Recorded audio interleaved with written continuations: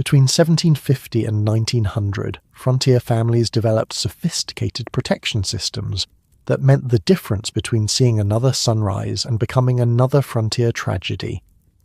With no police, no backup, and predators that could tear through cabin walls, every precaution mattered.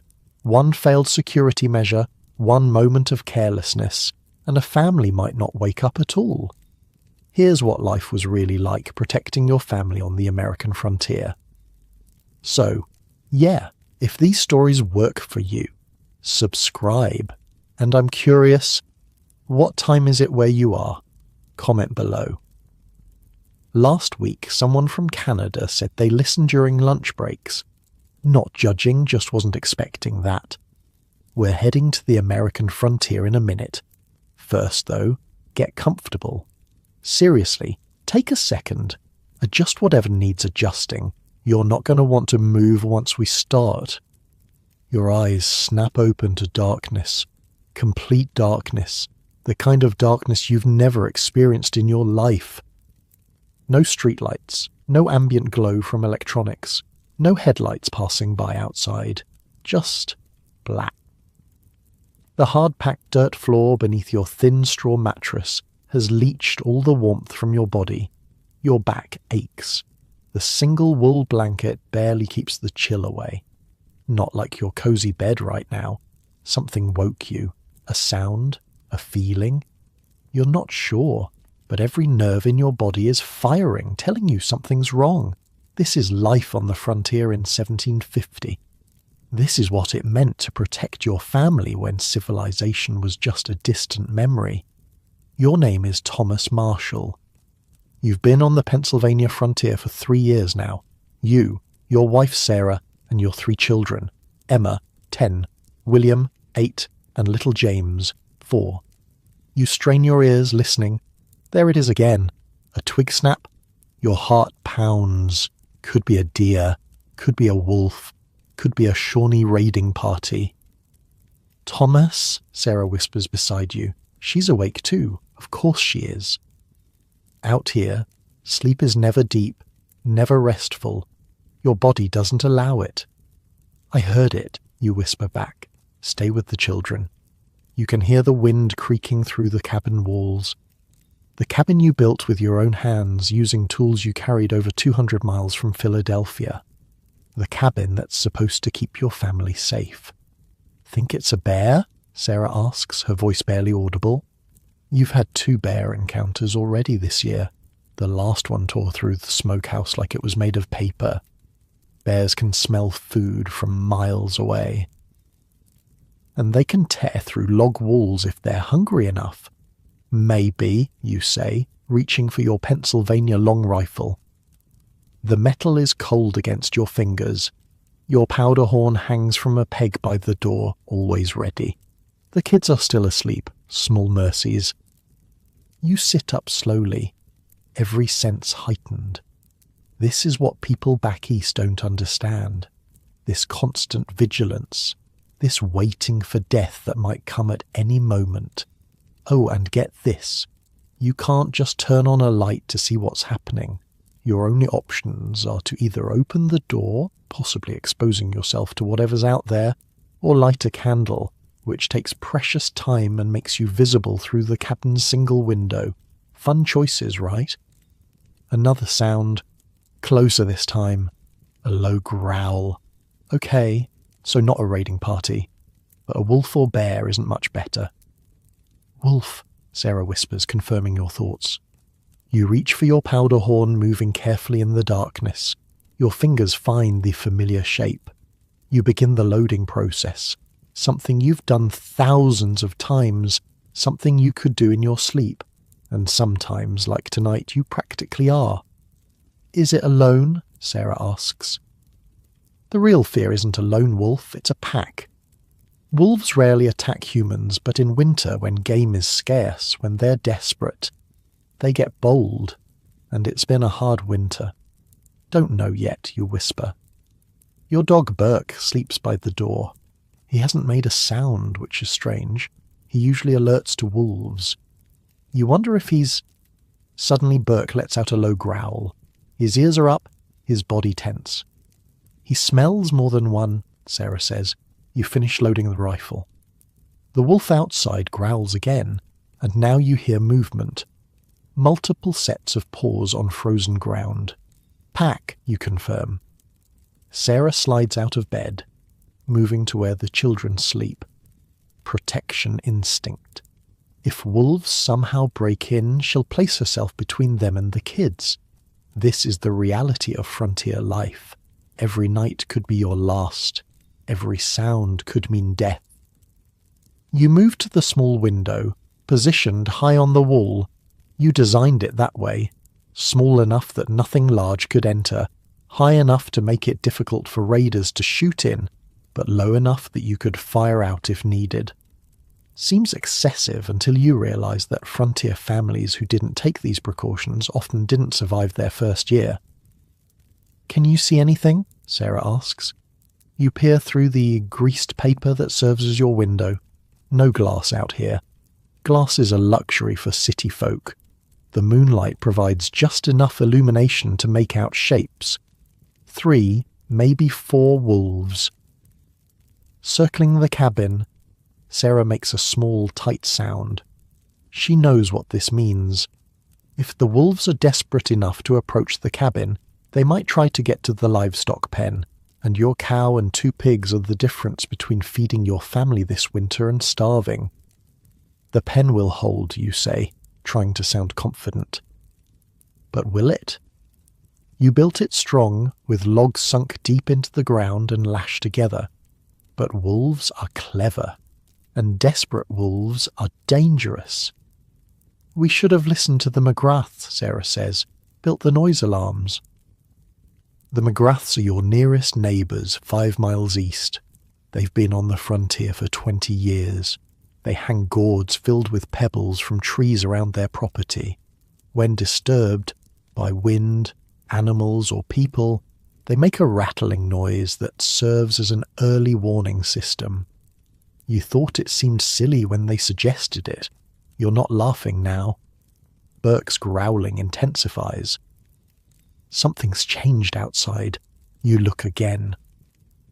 The wolves have moved toward the livestock pen. They're testing the fence, looking for weaknesses. I need to scare them off, you say, reaching for the door. Sarah grabs your arm. Are you insane? It's 4 against 1. If they kill the cow, we won't make it to spring. It's a brutal calculation, but a real one. Your life versus your family's survival. At least fire from the window, she pleads. You nod. You position yourself at the window, aiming your rifle at the nearest wolf. The animal is gaunt, ribs showing. It's been a hard winter for everyone. You take a breath, aim, and fire. The blast is deafening in the small cabin. The children wake, startled and crying. The wolf you aimed at yelps and drops. The others scatter, but you know they might return. Did you get one? Sarah asks, trying to comfort little James, who's wailing in fear. I did. But they'll be back. And this is the truth of frontier life. The threats never truly go away. You just buy yourself time, another night of survival. We need better protection, you say, watching the wolves retreat into the forest. The McGraths are right. Sarah nods, rocking James. Tomorrow we'll start. Gourds with pebbles, trip lines round the perimeter. I'll clear more of the brush away, you add. 50 yards in all directions. No cover for anything to sneak up. Emma and William are huddled together, eyes wide with fear. They've seen this before, too many times for children so young. Will they come back tonight, Pa? William asks. Maybe, but we'll be ready. I'll keep watch with you, Emma offers. At 10 years old, she's already tougher than most grown men back east. No, little one, you need your sleep, but tomorrow you can help me make the alarm systems. Emma nods, proud to be included. This is something city folk wouldn't understand either. On the frontier, children aren't just children. They're essential parts of the family security system. By age 8, most frontier children know how to load and fire a rifle. By 12, They're taking watch shifts.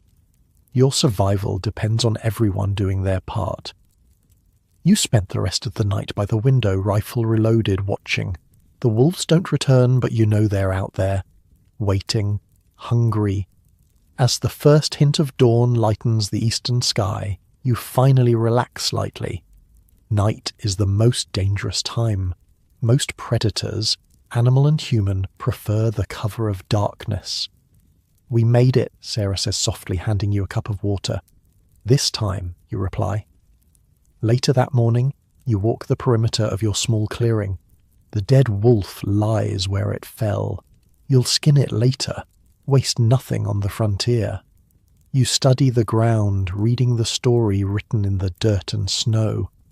4 wolves, as you thought. They circled the cabin 3 times before approaching the livestock pen. They were testing, looking for weaknesses. "Pa! Pa!" William calls, running from the cabin. "Look what I found!"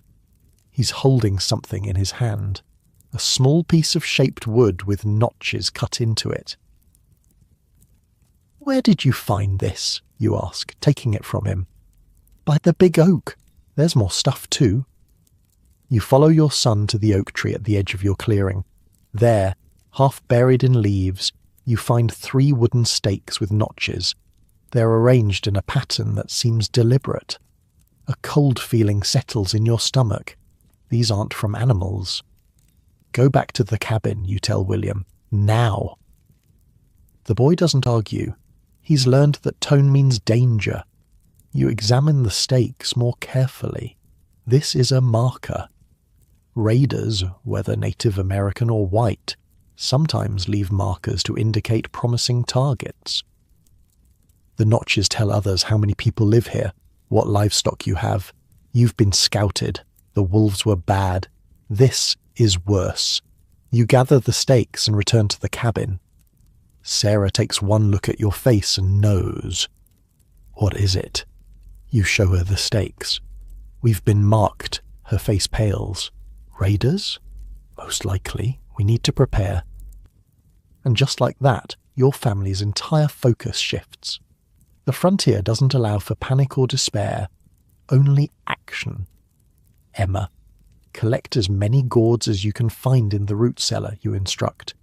"William, gather small stones, about the size of your thumbnail." Sarah is already moving, checking your ammunition supply. "I'll start clearing the brush," you say. "We need clear sight lines in all directions." This is frontier life in 1750. This is how families survived, or didn't. By midday, you've cleared another 10 yards of brush around the cabin. Emma and William have prepared a dozen gourds with pebbles inside, ready to be hung as alarms. Sarah has inventoried your supplies and moved essential items to the small root cellar, a last refuge if the cabin is overrun. As you work, you keep thinking about the McGrath's other security measures, tripwires between trees, a system for communicating with neighbours miles away, hiding places for weapons and supplies. You'd thought them paranoid. Now you understand. On the frontier, paranoia is just good sense.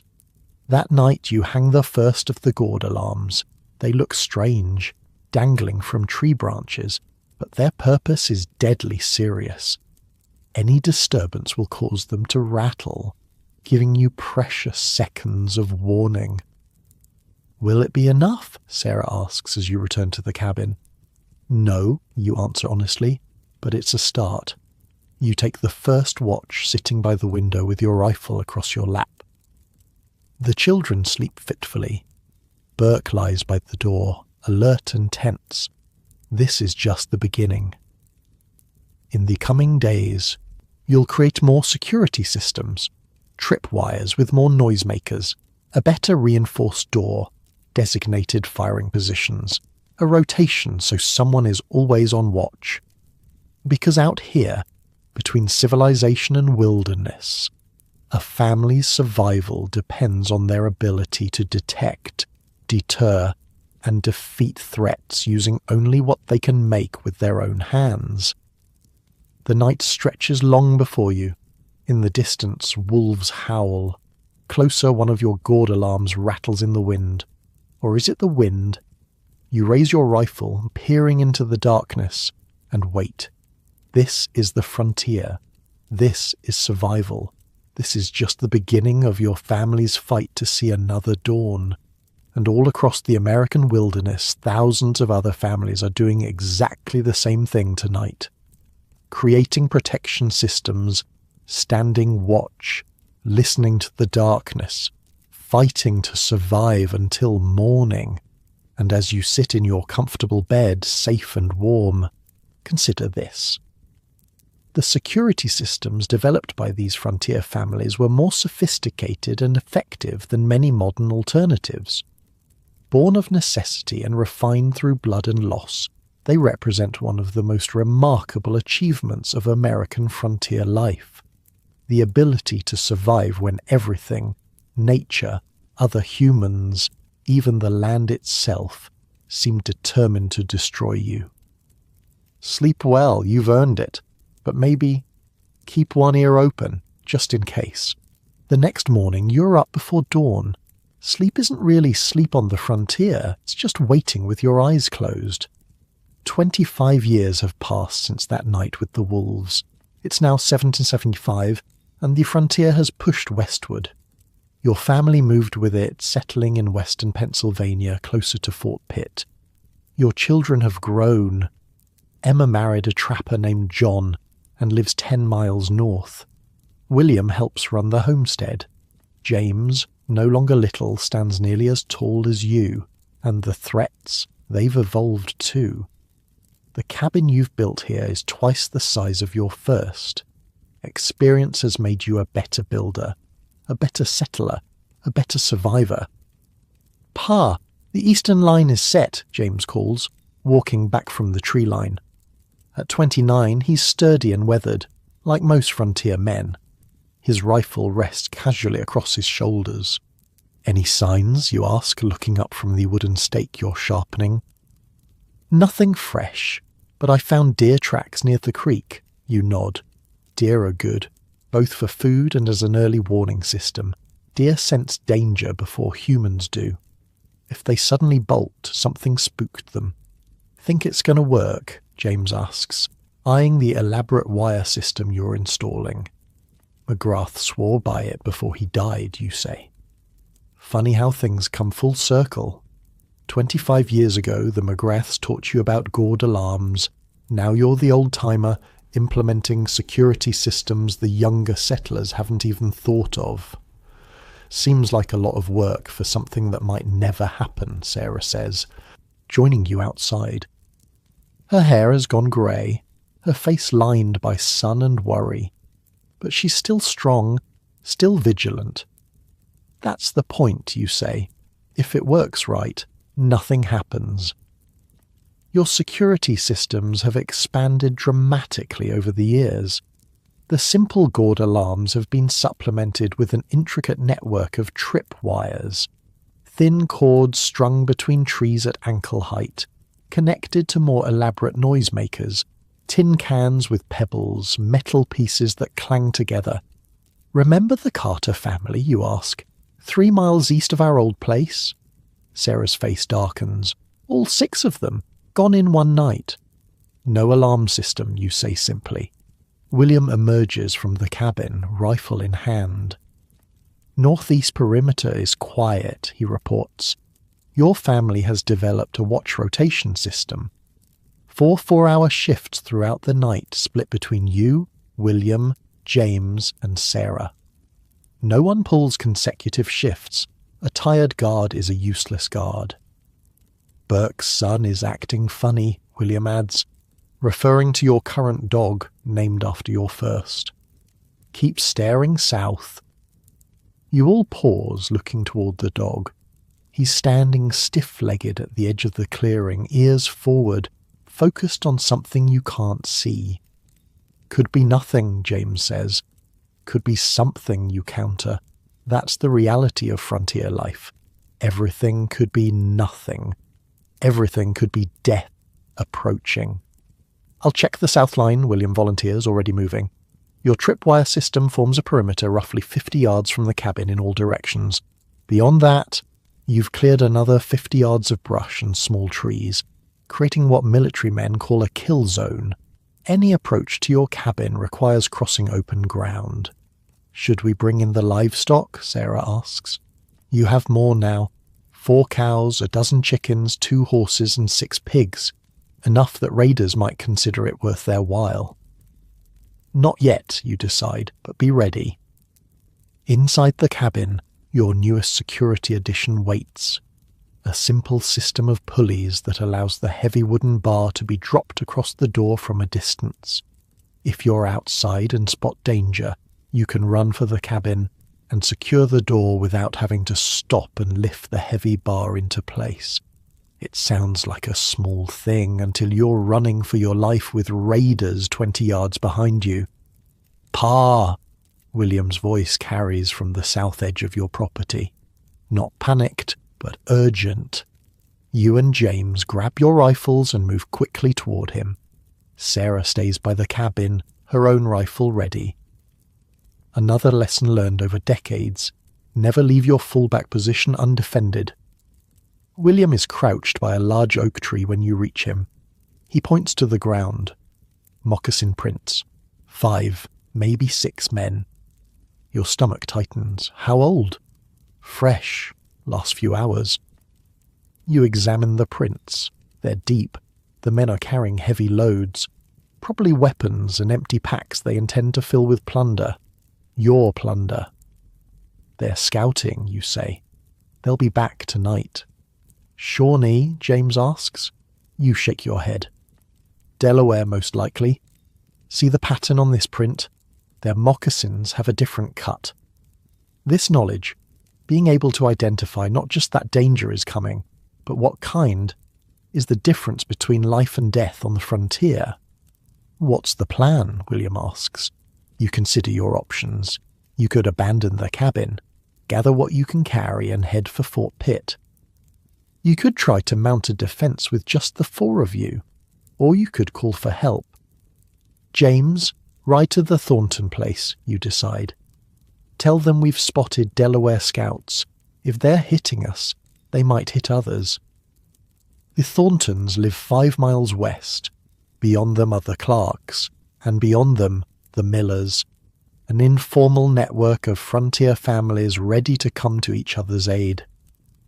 What about Emma? Sarah asks when you return to the cabin.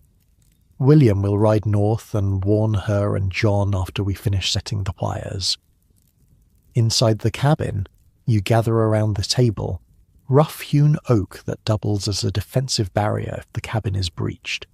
You can flip it on its side for cover. We have maybe 6 hours of daylight left, you say. We need to finish the south line, bring in the livestock, and prepare the cabin. The preparations are methodical, refined over 25 years of frontier living. James rides for the Thorntons. You and William complete the tripwire system on the south edge of your property, adding extra noisemakers. Sarah brings the animals into the inner pen, the one directly adjacent to the cabin, with walls built from logs as thick as a man's thigh. By late afternoon, William has ridden to warn Emma and John. You've positioned extra weapons around the cabin, your long rifle by the north window, a fowling piece loaded with buckshot by the south, pistols by the east and west, axes and knives placed strategically throughout. The signal horn? Sarah asks. You nod. Ready by the door. Another part of your defense system, a bullhorn that can be heard for miles. 3 short blasts means raiders.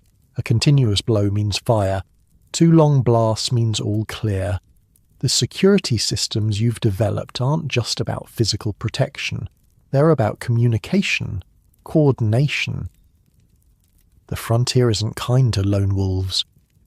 As dusk approaches, William returns. Emma and John are warned.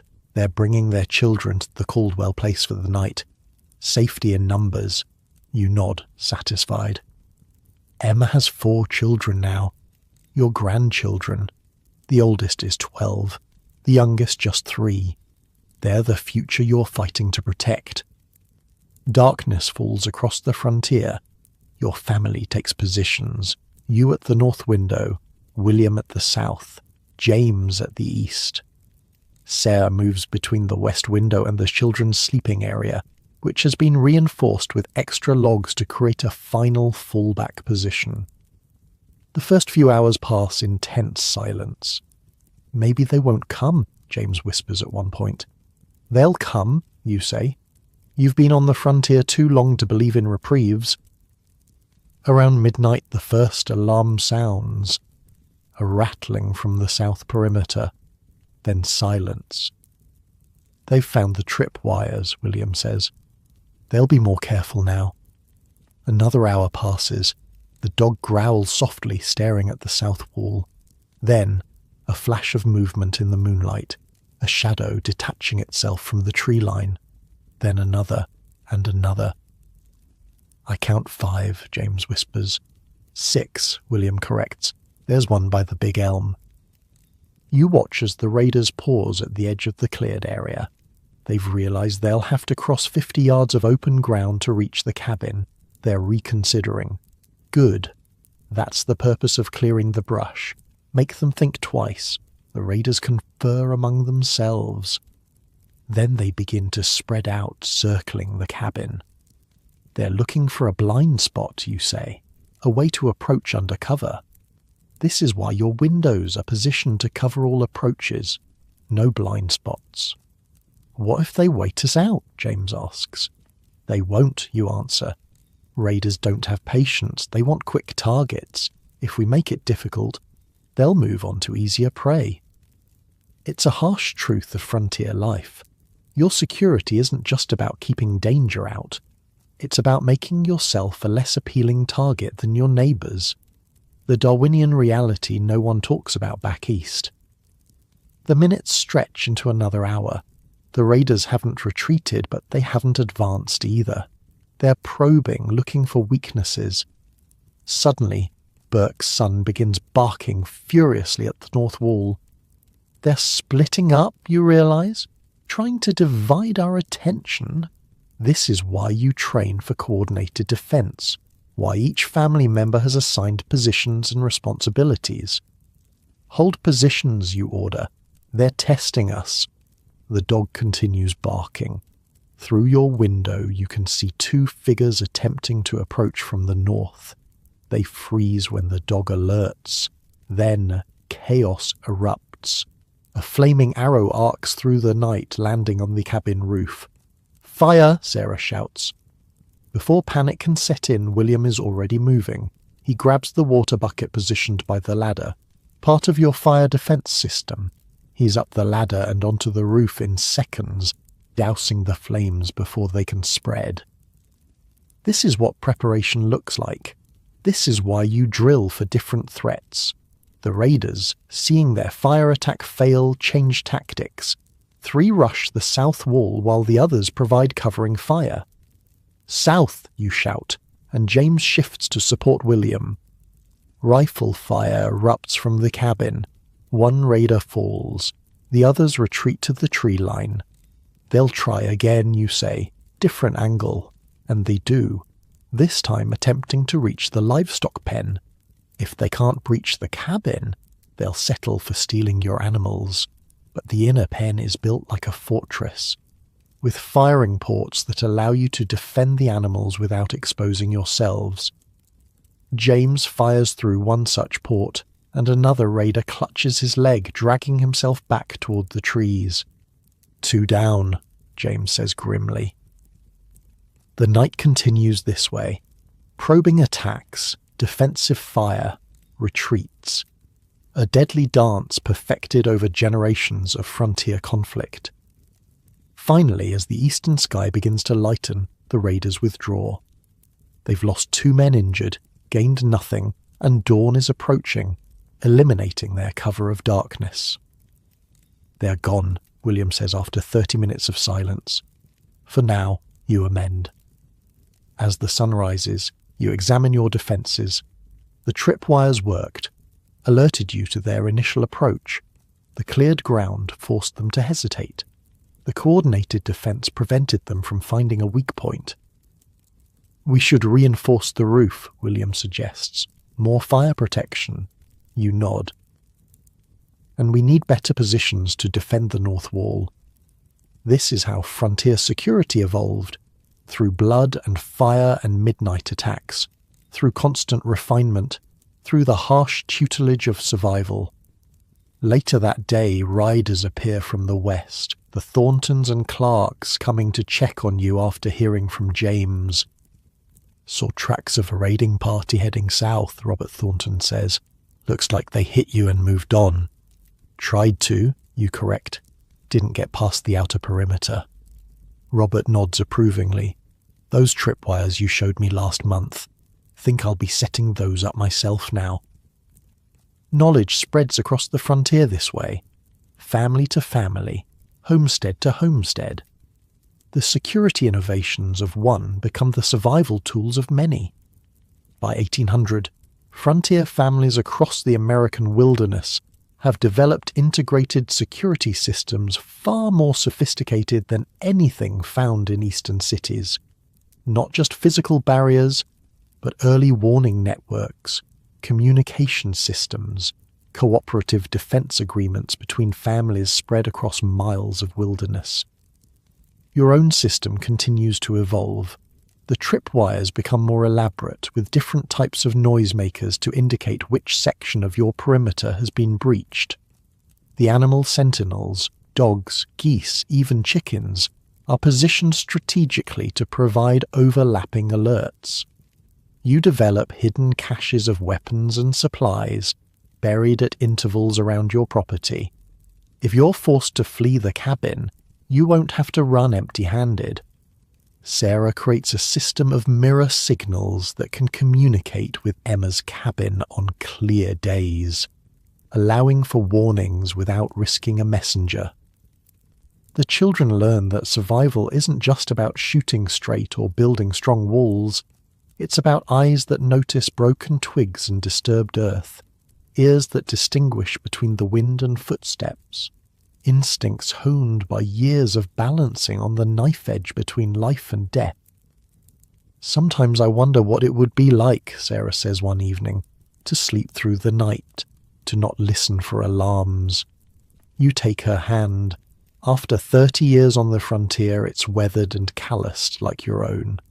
Folks back east sleep different, you agree, but they don't hear things the way we do, don't see things, don't survive things, she adds softly.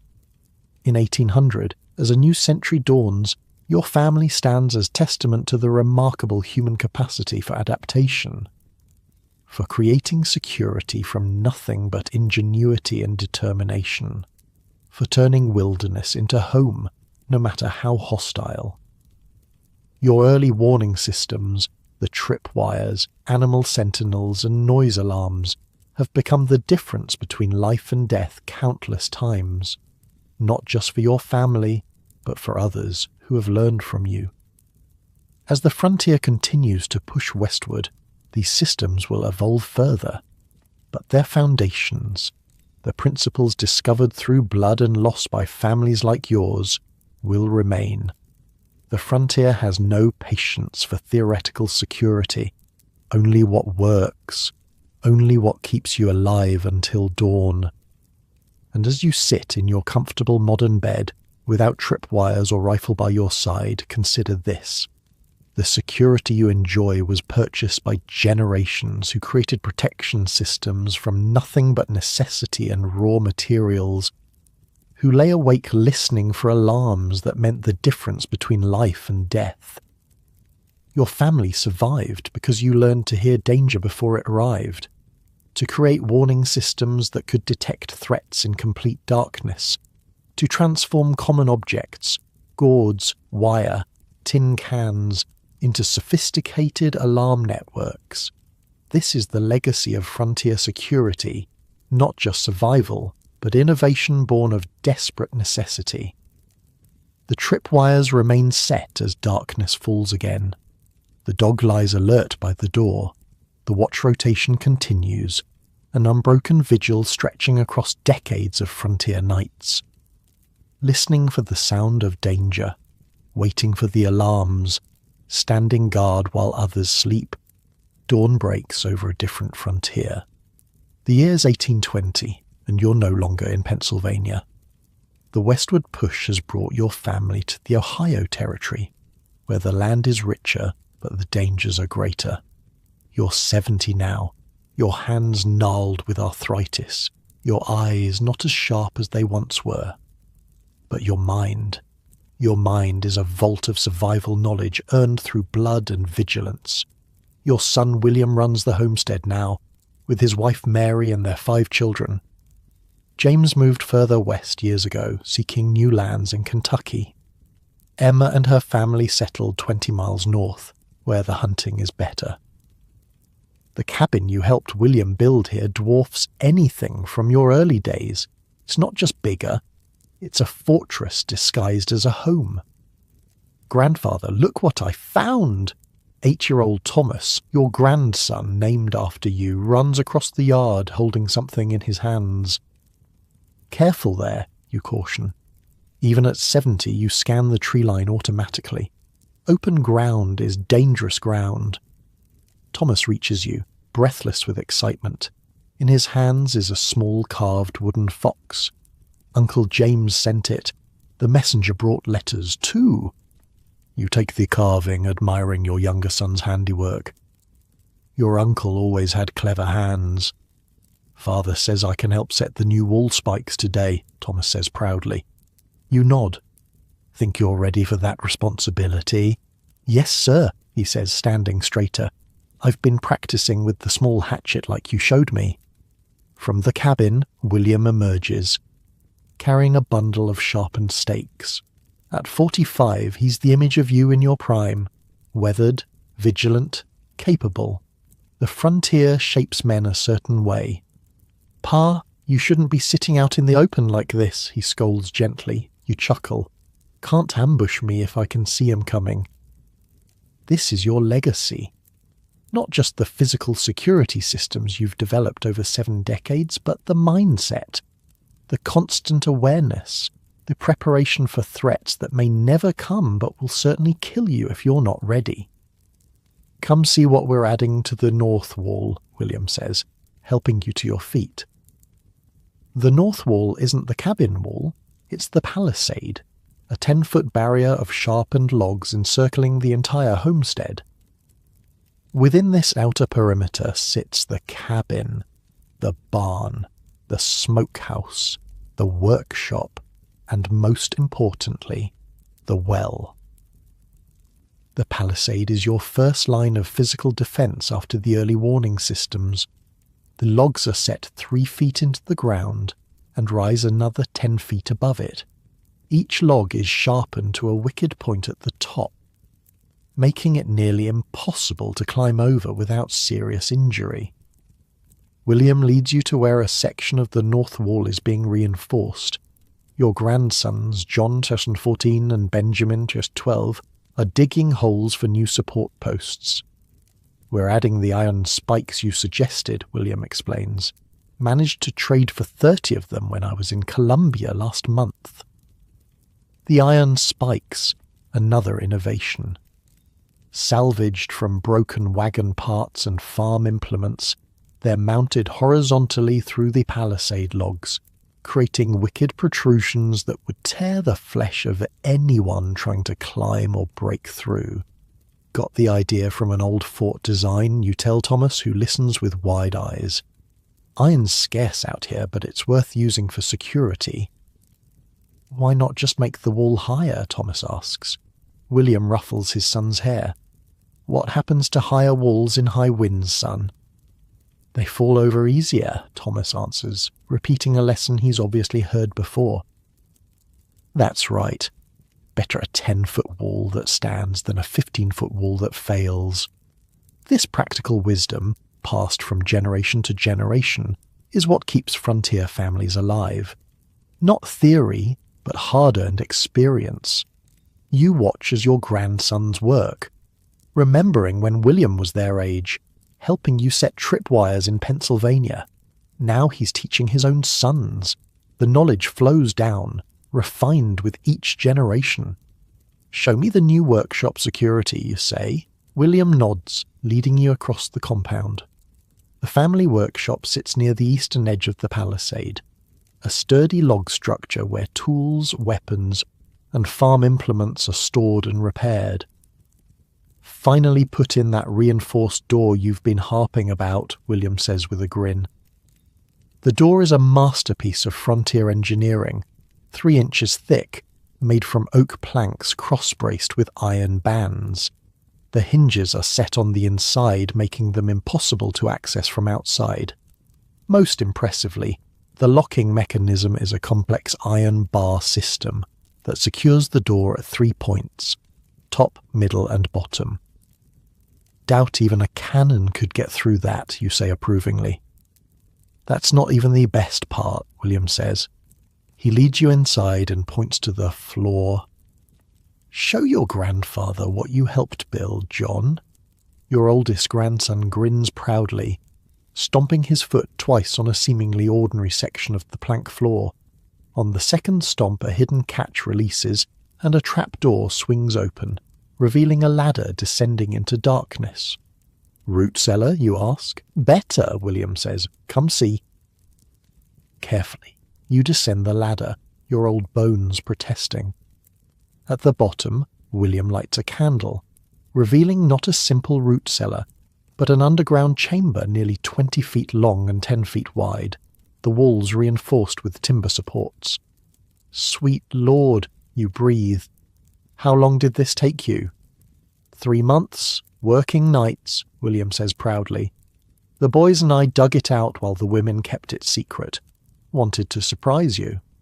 The chamber contains shelves stocked with preserved food, water barrels, ammunition, spare weapons, medical supplies, everything a family would need to survive if the cabin above was overrun or destroyed. There's more, William says, leading you to the far end of the chamber. He pushes aside a stack of empty barrels, revealing another smaller tunnel. Goes all the way to the spring beyond the south palisade. If we're ever completely surrounded, we can escape underground. You run your hand along the roughly hewn tunnel entrance, marvelling at the ingenuity.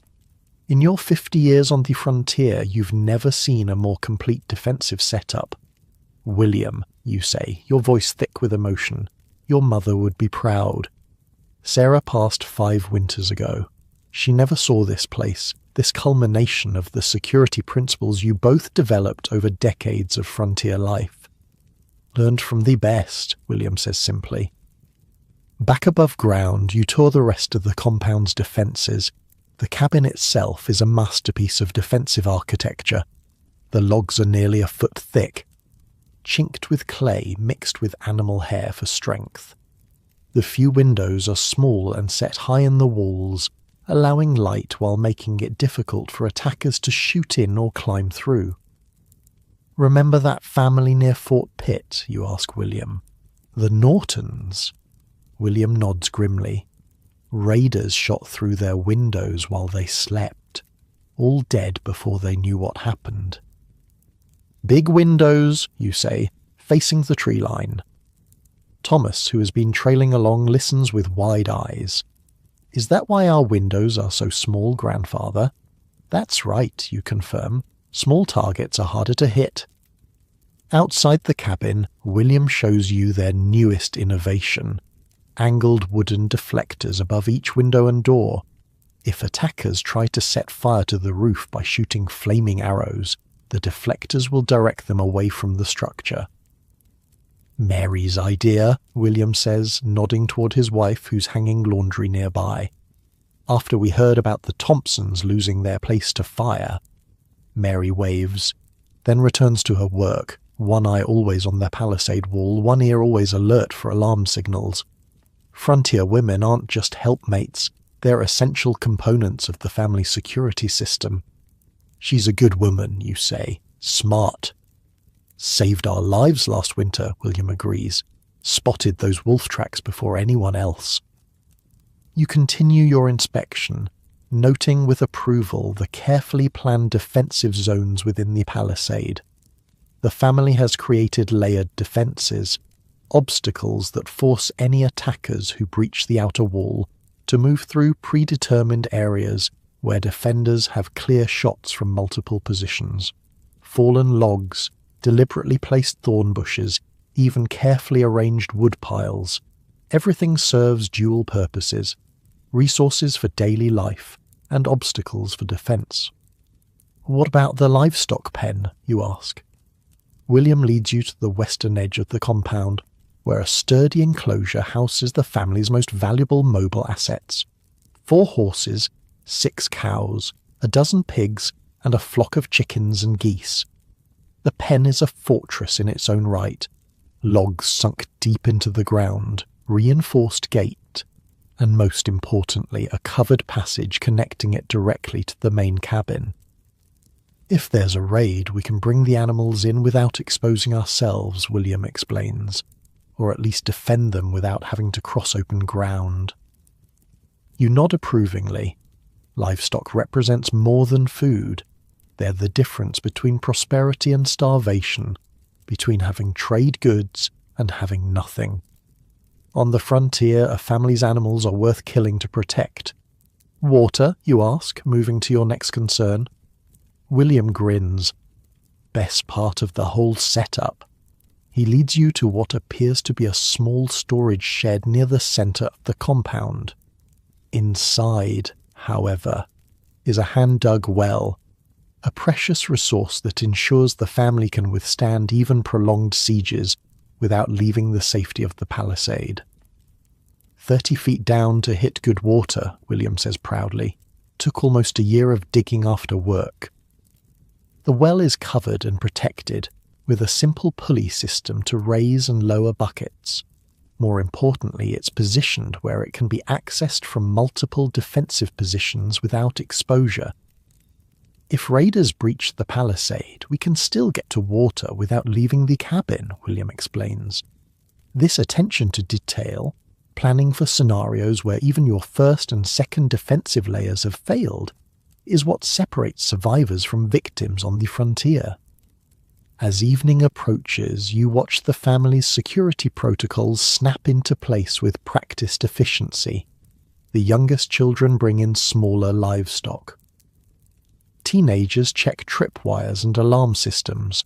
Adults verify that weapons are loaded and positioned at defensive points. By nightfall, the compound is secure, a small island of safety in a vast wilderness of potential threats. After dinner, you sit by the fire, whittling a small toy as your grandchildren gather around. "Tell us about the old days, grandfather," Benjamin pleads.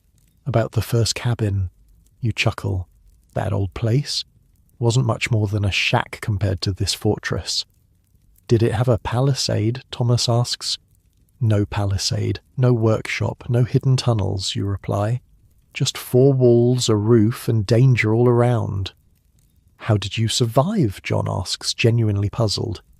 To these children, born into a world of layered defences and security protocols, the idea of a cabin without protections is almost unimaginable. "We learned," you say simply. "Every attack, every near miss, every tragedy, we learned and improved." "Like when the Millers lost their place?" Benjamin asks. You nod solemnly. The Millers didn't reinforce their door. Raiders broke through in seconds.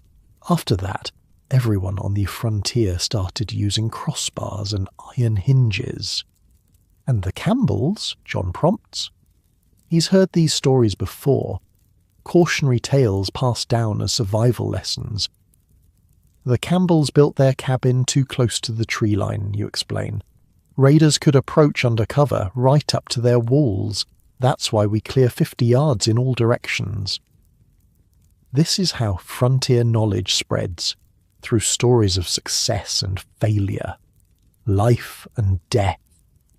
The education is harsh but effective. "Is that why the Morrison family moved their cabin last summer?" Thomas asks. William nods. Smart of them to realise their mistake before it cost them. Later, as the children are put to bed, you sit with William on the cabin's small porch, itself a defensive position.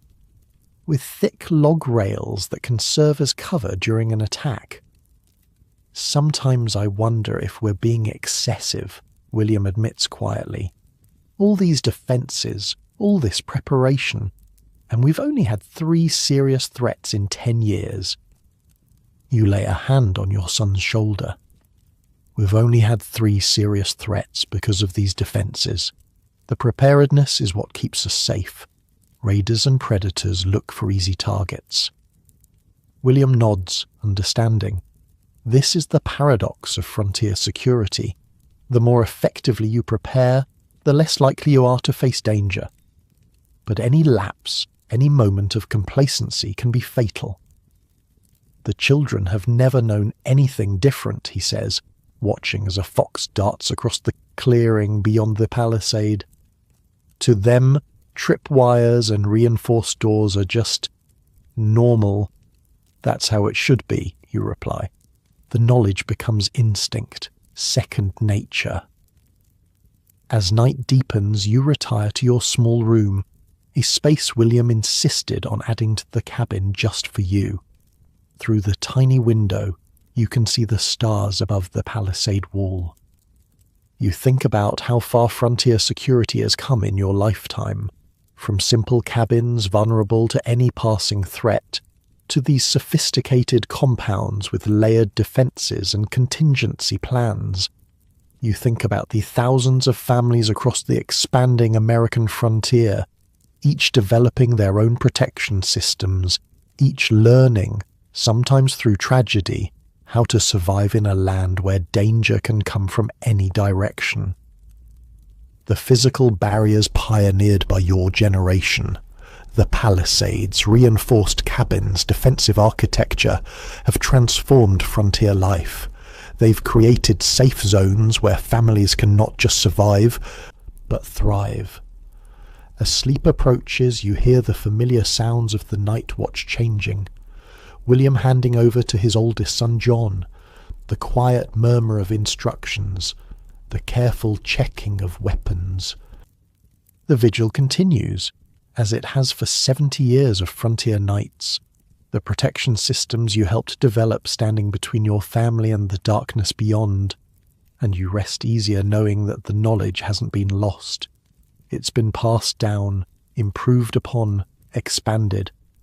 Your grandchildren will survive because they've been taught to build not just homes but fortresses, not just shelters but survival systems. This is your true legacy, not the land or the cabin or even the palisade wall, but the knowledge, the security principles that will keep your blood alive for generations to come. In the darkness, an owl calls. The dog shifts but doesn't bark. All is secure, all is well for tonight. The wagon creaks under the weight of your belongings as you guide the oxen across the open prairie. The year is 1835, and the American frontier has pushed beyond Ohio, through Indiana, and into the Illinois Territory. You're Thomas Marshall, named after your grandfather, and at 23, you're leading your own family west. Your wife Rebecca sits beside you, one hand resting protectively on her swollen belly. Your first child due in less than a month. You sure about this spot? Your father William asks, riding alongside on his bay mare. At 60, he's still strong enough to make this journey with you, to help establish your homestead before returning to Ohio. I'm sure, Pa, you reply, pointing toward a distant rise. Creek runs along the south edge, good timber on the north slope, high ground with clear sight lines. William nods approvingly. The security considerations come automatically to you, ingrained since childhood. You don't just see land, you see defensive positions, resource access, threat vectors. Good choice, he says, though I still think you should have stayed in Ohio. You understand his concern. A new baby coming, new territory with unfamiliar threats, but you've prepared for this moment your entire life. Got grandfather's journals, you say, patting the leather satchel tucked beside you. Every lesson, every improvement, every mistake. 3 generations of frontier knowledge. Those journals, your most prized possession. Thomas Marshall Sr. began recording his security innovations in 1760, documenting each improvement and the reasoning behind it. William continued the tradition. Now, the responsibility falls to you. By mid-afternoon, you reach the site. Just as you envisioned, a gentle slope with the creek providing water to the south, a stand of hardwood trees offering building materials to the north. Open prairie surrounds the rise, giving you clear visibility in all directions. Prairie's different from forest, William cautions as you begin unloading the wagons. Different threats, different protections needed. I know, Pa, you say. Less cover for raiders to approach, but also less material for palisades and barriers. This is the evolving challenge of frontier security, adapting proven systems to new environments. What worked in the forests of Pennsylvania and Ohio needs modification for the open expanses of Illinois. The first night, you establish a basic camp, wagons circled, a small fire for cooking, rifles close at hand.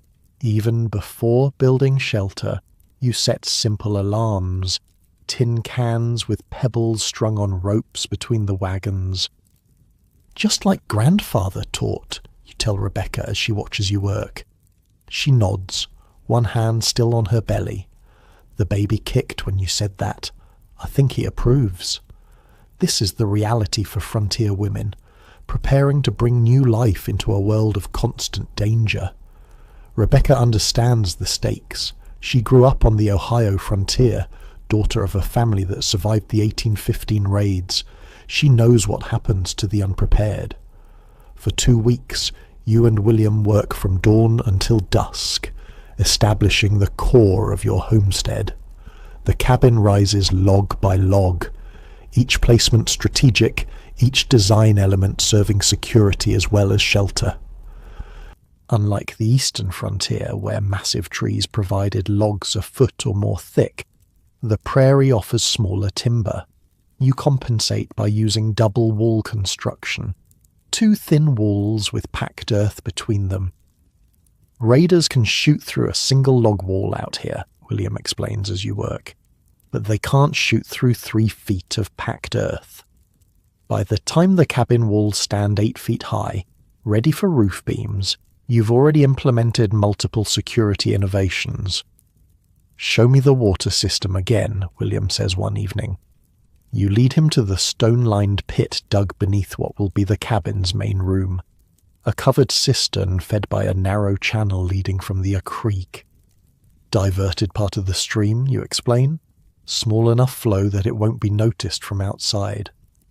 Gives us internal water access even if the main creek is watched or contaminated. William examines the stonework approvingly. Better than what we had in Ohio. Where'd you learn this? Grandfather's journals. He wrote about a family near Fort Pitt who dug something similar. Raiders poisoned their open well with a dead deer. This prevents that. The cistern is just one of many resource protection systems you've incorporated. The root cellar, dug deep and lined with stone, features hidden compartments for storing valuables and emergency supplies. The food storage area includes specialized containers designed to keep grain free from rodents and insects, critical for surviving winter when new supplies can't be obtained. What about livestock? William asks as you walk the perimeter of your half-built homestead. You point to the southern slope, where a shallow depression offers natural shelter. Barn and pens will go there, below the sight line of the cabin, so raiders can't use the structures for cover during an attack. And if the livestock are targeted first, firing platforms, you explain, pointing to the partially built extensions on the south corners of your cabin. Clear shots to the entire livestock area without exposing the defender.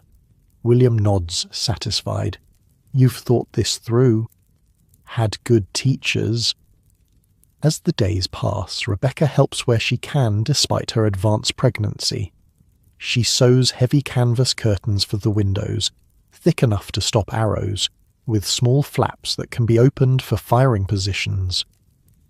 My mother made these for our cabin back home, she explains as she works, after the Wilson family was killed through their windows. Even while preparing for new life, she thinks in terms of protection. It's the frontier mindset, where joy and danger, creation and destruction, exist side by side. One morning, you wake to find Rebecca already up, standing in the doorway of the unfinished cabin. "Riders," she says quietly, pointing west. You grab your rifle and join her. 3 horsemen moving slowly along the creek, still a mile distant. "Get Pa," you tell her, then the ammunition box. William joins you moments later, his experienced eyes assessing the approaching riders. "Not moving like raiders," he says after watching for several minutes. "Too open, too slow." "Settlers?" you guess. "Maybe, or scouts." You position yourselves strategically. You at the front of the cabin, William circling to approach from the flank if needed, Rebecca inside with the loaded fowling piece, its spread of buckshot a last line of defence. The riders spot your cabin and approach directly. As they draw closer, you can make out a man about your age, an older man, and a boy of perhaps 15. "Hello, the cabin," the lead rider calls, stopping a respectful distance away. "State your business," you respond, rifle visible but not aimed. "Name's Michael Cooper. This is my father James and my son Daniel. We're settling 3 miles west. Saw your smoke and thought to introduce ourselves." You lower your rifle slightly but remain cautious. Frontier courtesy demands hospitality, but frontier survival demands verification. "Thomas Marshall," you reply, "my father William and my wife Rebecca." The older Cooper nods toward William, who has emerged from his flanking position. "Smart man, covering your son's blind side. You folks been on the frontier long?" 3 generations, William answers. Something passes between the older men, a recognition of shared experience, shared knowledge. "We came up from Kentucky," James Cooper explains. "Lost our place there to raiders 2 years back. Building stronger this time." This exchange of security credentials is common on the frontier, establishing that both families understand the stakes, that neither is likely to become a liability to the other. You invite the Coopers to water their horses, and over a simple meal, the conversation turns to mutual protection. "Planning a sod barricade around their whole place," Michael explains, describing his family's security plans. "Can't get good timber where we are." "Sod works if it's high enough," William agrees. "How are you handling water access?" The conversation flows easily, specific techniques, materials, defensive positions, not theory, but practical knowledge earned through experience. "Thought about a joint signal system," James Cooper suggests. 3 miles is close enough for fire signals at night, smoke by day, you nod. "Was planning to build a signal platform once the cabin was finished." "Our place sits higher," Michael adds.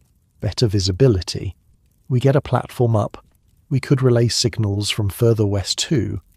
This is how frontier security networks form, family by family, homestead by homestead, creating mutual protection systems that extend the effective range of each family's security. By the time the Coopers depart, you've established the basics of a cooperative defense agreement, shared signals, warning systems, even rough plans for mutual aid in case of major threats." "Good people," William says, watching them ride away. "Smart." Cooper mentioned others settling along the creek, you note. Might have enough families for a proper community defense plan by next spring. William nods approvingly. "You're thinking right. Individual security only goes so far." As autumn approaches, your homestead takes final shape. The cabin is complete, double-walled, with firing positions covering all approaches. The barn and livestock pens are established on the southern slope, positioned for both protection and visibility from the cabin. Most importantly, you've implemented the strategic resource placement your grandfather first pioneered, ensuring that food, water, tools, and weapons remain accessible even if parts of your homestead are compromised. Water, food, and fire, William says one evening, sitting by the hearth as you make final preparations for winter. Those are what kill you if your outer defences fail. I remember the stories, you say. The Harmons who repelled raiders but lost everything to fire. The Williams family who had plenty of ammunition but no accessible water during a siege. Rebecca, her pregnancy now in its final days, joins the conversation. My mother always said security isn't just keeping danger out, it's making sure you can survive even when it gets in. This wisdom, accumulated across 3 generations of frontier living, shapes every aspect of your homestead design. The water cistern protected beneath the cabin floor, the hidden food caches, the fire prevention systems, clay-lined chimneys, buckets always filled, roof designs resistant to flaming arrows. Even your workshop, the space where tools and weapons are maintained, has been positioned strategically with its own defensive features and escape route. Show me the tool security again, William requests. You lead him to the small workshop attached to the north side of the cabin. Unlike traditional designs, where tools are simply hung on walls, your workshop features locked cabinets for the most valuable items, backup storage for essential tools, and most importantly, a hidden floor compartment containing duplicate tools for critical functions. If raiders take the obvious tools, we still have backups, you explain. Can't replace a good axe or saw out here. William runs his hand along the workbench, noting the clever design that allows it to be quickly flipped and used as a barricade. Your grandfather would be proud, he says. He always said tools were as important to protect as weapons, can't survive without them. That night, as a prairie storm rolls in from the west, you complete the final security feature, the emergency shutters, heavy wooden panels that can quickly cover every window and firing position, designed to protect against both weather and attacks. Storm shutters that stop arrows, Rebecca observes as you install the last one. Frontier efficiency. You smile. One thing serving many purposes. That's how we... You're interrupted by a sharp intake of breath. Rebecca clutches her belly, eyes wide. The baby, she gasps. It's time. The next 12 hours test your preparation in ways you never anticipated. The storm intensifies, cutting you off from potential help. The baby, your son, seems determined to enter the world as dramatically as possible. His arrival complicated by his position. Through it all, the security systems you've built provide more than physical protection. They provide peace of mind. The storm shutters hold against howling wind. The cistern ensures clean water without venturing outside. The protected food stores mean Rebecca can be nourished during her ordeal. By dawn, as the storm subsides, your son announces his arrival with a lusty cry. William, who has seen enough frontier births to serve as a passable midwife, wraps the boy in a clean blanket. Strong lungs, he observes. Good sign out here. Rebecca, exhausted but triumphant, cradles your son. What shall we name him? You look at this new life, born into a world of both danger and possibility, and the answer comes naturally. Thomas, you say.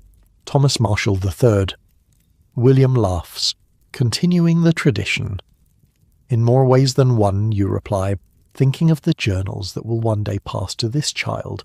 4 generations of security knowledge, the accumulated wisdom that keeps frontier families alive. In the weeks that follow, as Rebecca recovers and the baby thrives, you complete the final elements of your homestead security. The signal platform rises on the cabin's roof, a simple structure allowing communication with the Cooper place 3 miles west. The perimeter alarms extend in concentric circles around your property, tripwires, noisemakers, natural barriers channeling any approach through predetermined zones. By the time winter arrives in full force, your strategic resource placement faces its first test, not from human raiders, but from the prairie itself. Blizzards isolate your homestead for weeks at a time. Temperatures drop to deadly levels. The security systems you designed for human threats now protect against environmental ones. The double-walled cabin holds heat better than traditional designs. The protected cistern ensures water even when the creek freezes solid. The livestock shelter, built into the southern slope, shields animals from killing winds. Different threats, same principles, William observes. During one particularly brutal storm, identify what can kill you, create systems to prevent it, have backups for when those systems fail. As winter gives way to spring, William prepares to return to Ohio. His assistance in establishing your homestead has been invaluable, but his own family, your brothers and their children, awaits his return. Before he departs, you walk the perimeter together one final time, a father and son assessing the security systems that represent the culmination of 3 generations of frontier knowledge.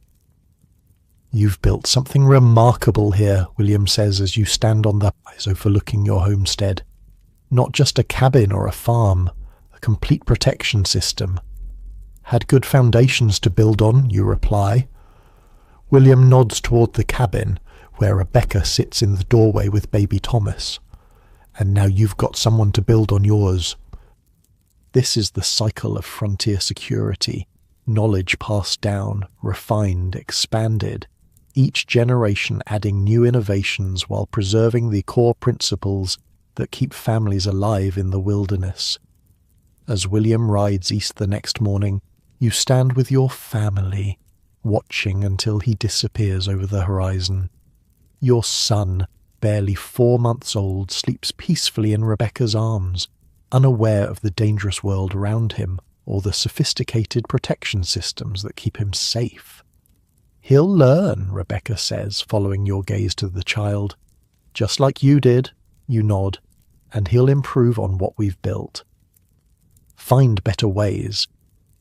By 1850, as your son grows into a boy of 15, the frontier around you is transformed. The isolated homesteads have become a scattered community. The mutual protection networks have expanded to include a dozen families. The strategic resource placement pioneered by your grandfather has evolved into community-wide systems.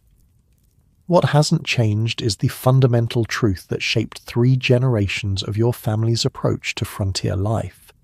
Security isn't just about keeping danger out. It's about ensuring you can survive even when it gets in.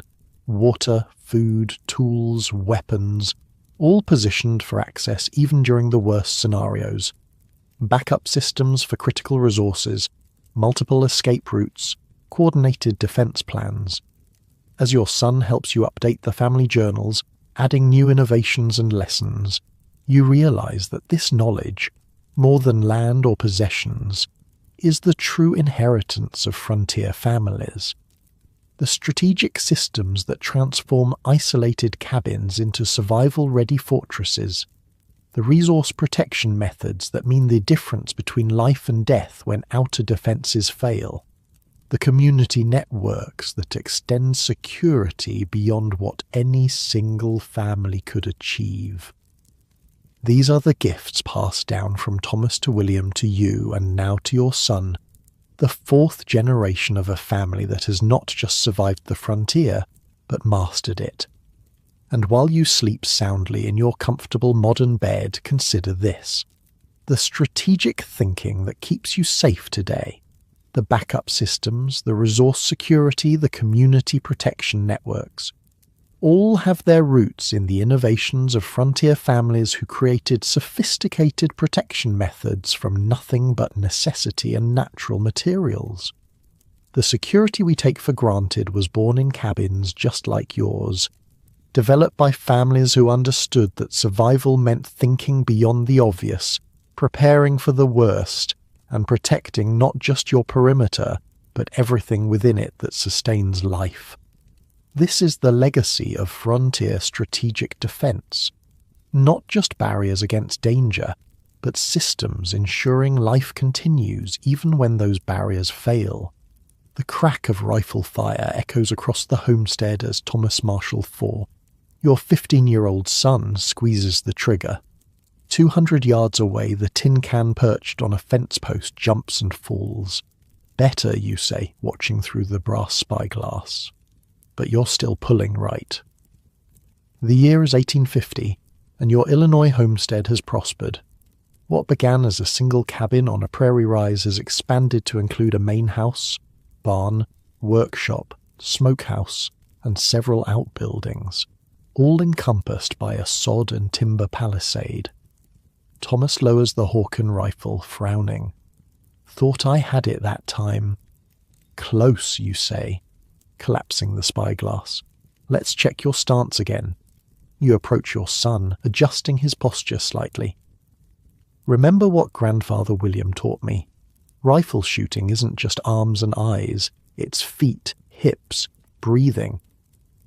Thomas nods, repositioning himself. His hands are calloused from farm work, but they handle the heavy rifle with practiced ease. He's been shooting since he was 8, first with a small caliber weapon, gradually working up to the powerful Hawken. Why are we practicing at 200 yards again, he asks. Most shots around here are under 50.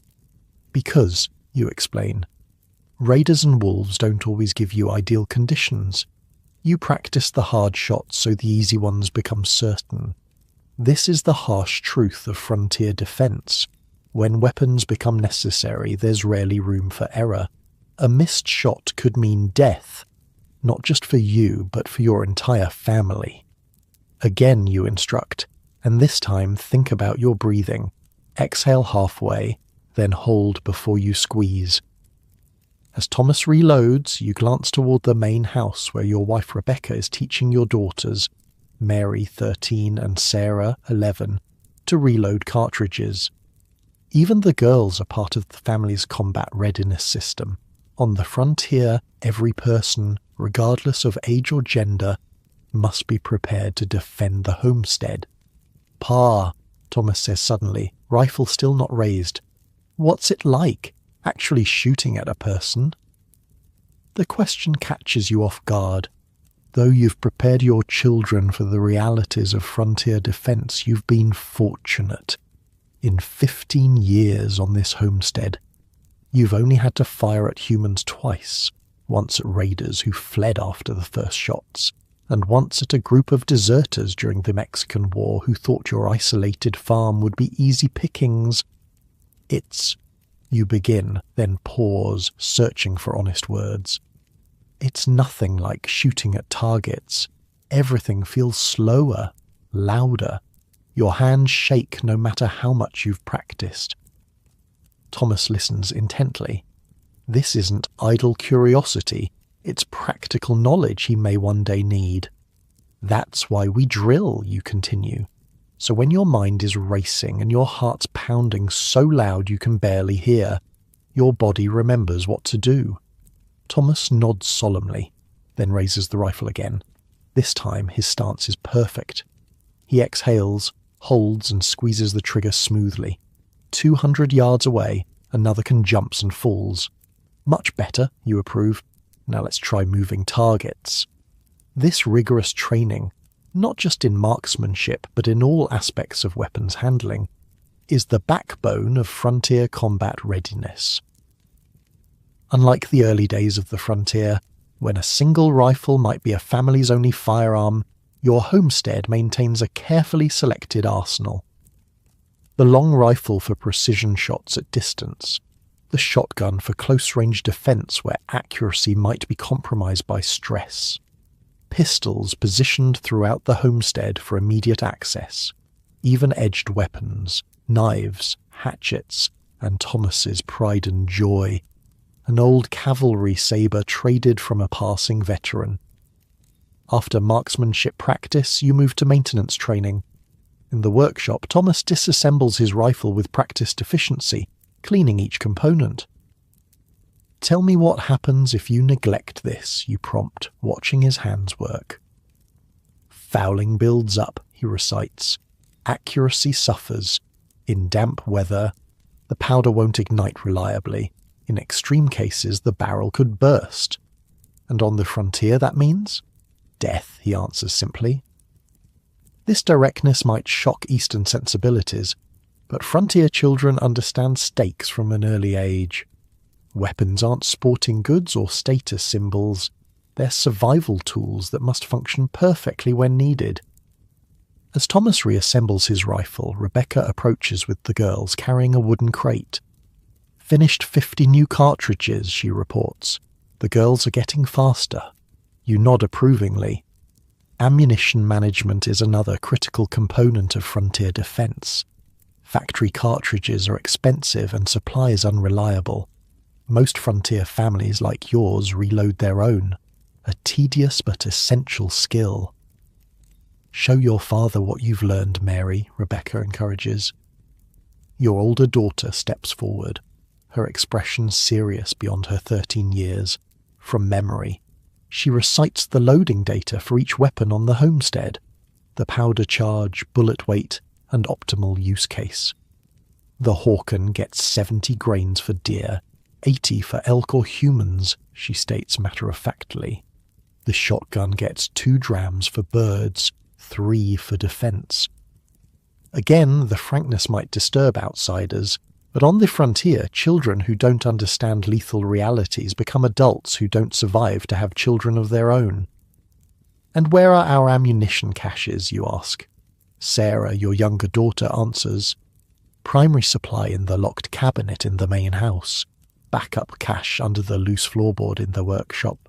Emergency supply in the waterproof box buried by the north fence post." You smile at her perfect recall. This dispersed storage, another lesson from your grandfather's journals, ensures that weapons remain useful even if parts of your homestead are compromised. "Good," you say. "Now let's check the weapon positions." Together, your family moves through the homestead, verifying that firearms are positioned for maximum defensive coverage. The shotgun mounted horizontally above the main door, accessible but out of casual reach. The spare rifle secured behind a hinged painting in the main room. Pistols in hidden but retrievable locations throughout the house and outbuildings. "Remember," you tell the children as you check each position, "a weapon too securely stored is useless in an emergency. A weapon too accessible might be turned against you." This balance between security and readiness is a constant challenge. Unlike modern homes with their locks and safes, frontier homesteads needed weapons that could be accessed in seconds during a crisis. After checking their weapons, you move to the next phase of combat readiness training, deployment drills. At your signal, the family practices moving to predetermined defensive positions. Thomas takes the second-floor window covering the approach from the west. Mary moves to the reinforced corner of the main room, where loopholes provide views of the south and east approaches. Sarah and Rebecca take position in the central room, a fortified space that serves as a last redoubt. "Time?" you ask. Rebecca checks the watch pin to her dress. 17 seconds. "Better than last week," you note, "but still too slow. Raiders won't give us warning." You run the drill again, and again. By the 5th iteration, the family can move from normal activities to combat positions in under 10 seconds, a speed that could mean the difference between life and death. Now the alternate positions you direct. This time, the family moves to secondary defensive locations, positions that would be used if the main house were compromised or if attackers approached from unexpected directions. "What if they come during harvest?" Thomas asks during a break between drills. "When we're scattered across the fields?" It's a good question. Tactical thinking. You've trained your son not just to shoot, but to analyze defensive scenarios. "Show me," you reply. Thomas leads the family outside, walking to the edge of the wheat field that represents both your livelihood and a tactical vulnerability. The tall grain provides potential cover for approaching threats. "I'd position Mary at the windmill," Thomas begins, pointing to the structure that provides both height and visibility. "She can see over the wheat and signal if there's movement. The rest of us would fall back to the equipment shed. It has better cover than trying to run for the main house." You nod approvingly. He's not just reciting lessons. He's applying tactical principles to specific situations. "And if we're separated," you prompt. "Rally points," he answers promptly. "Primary is the old oak. Secondary is the north corner of the barn. Final is the hidden cellar entrance."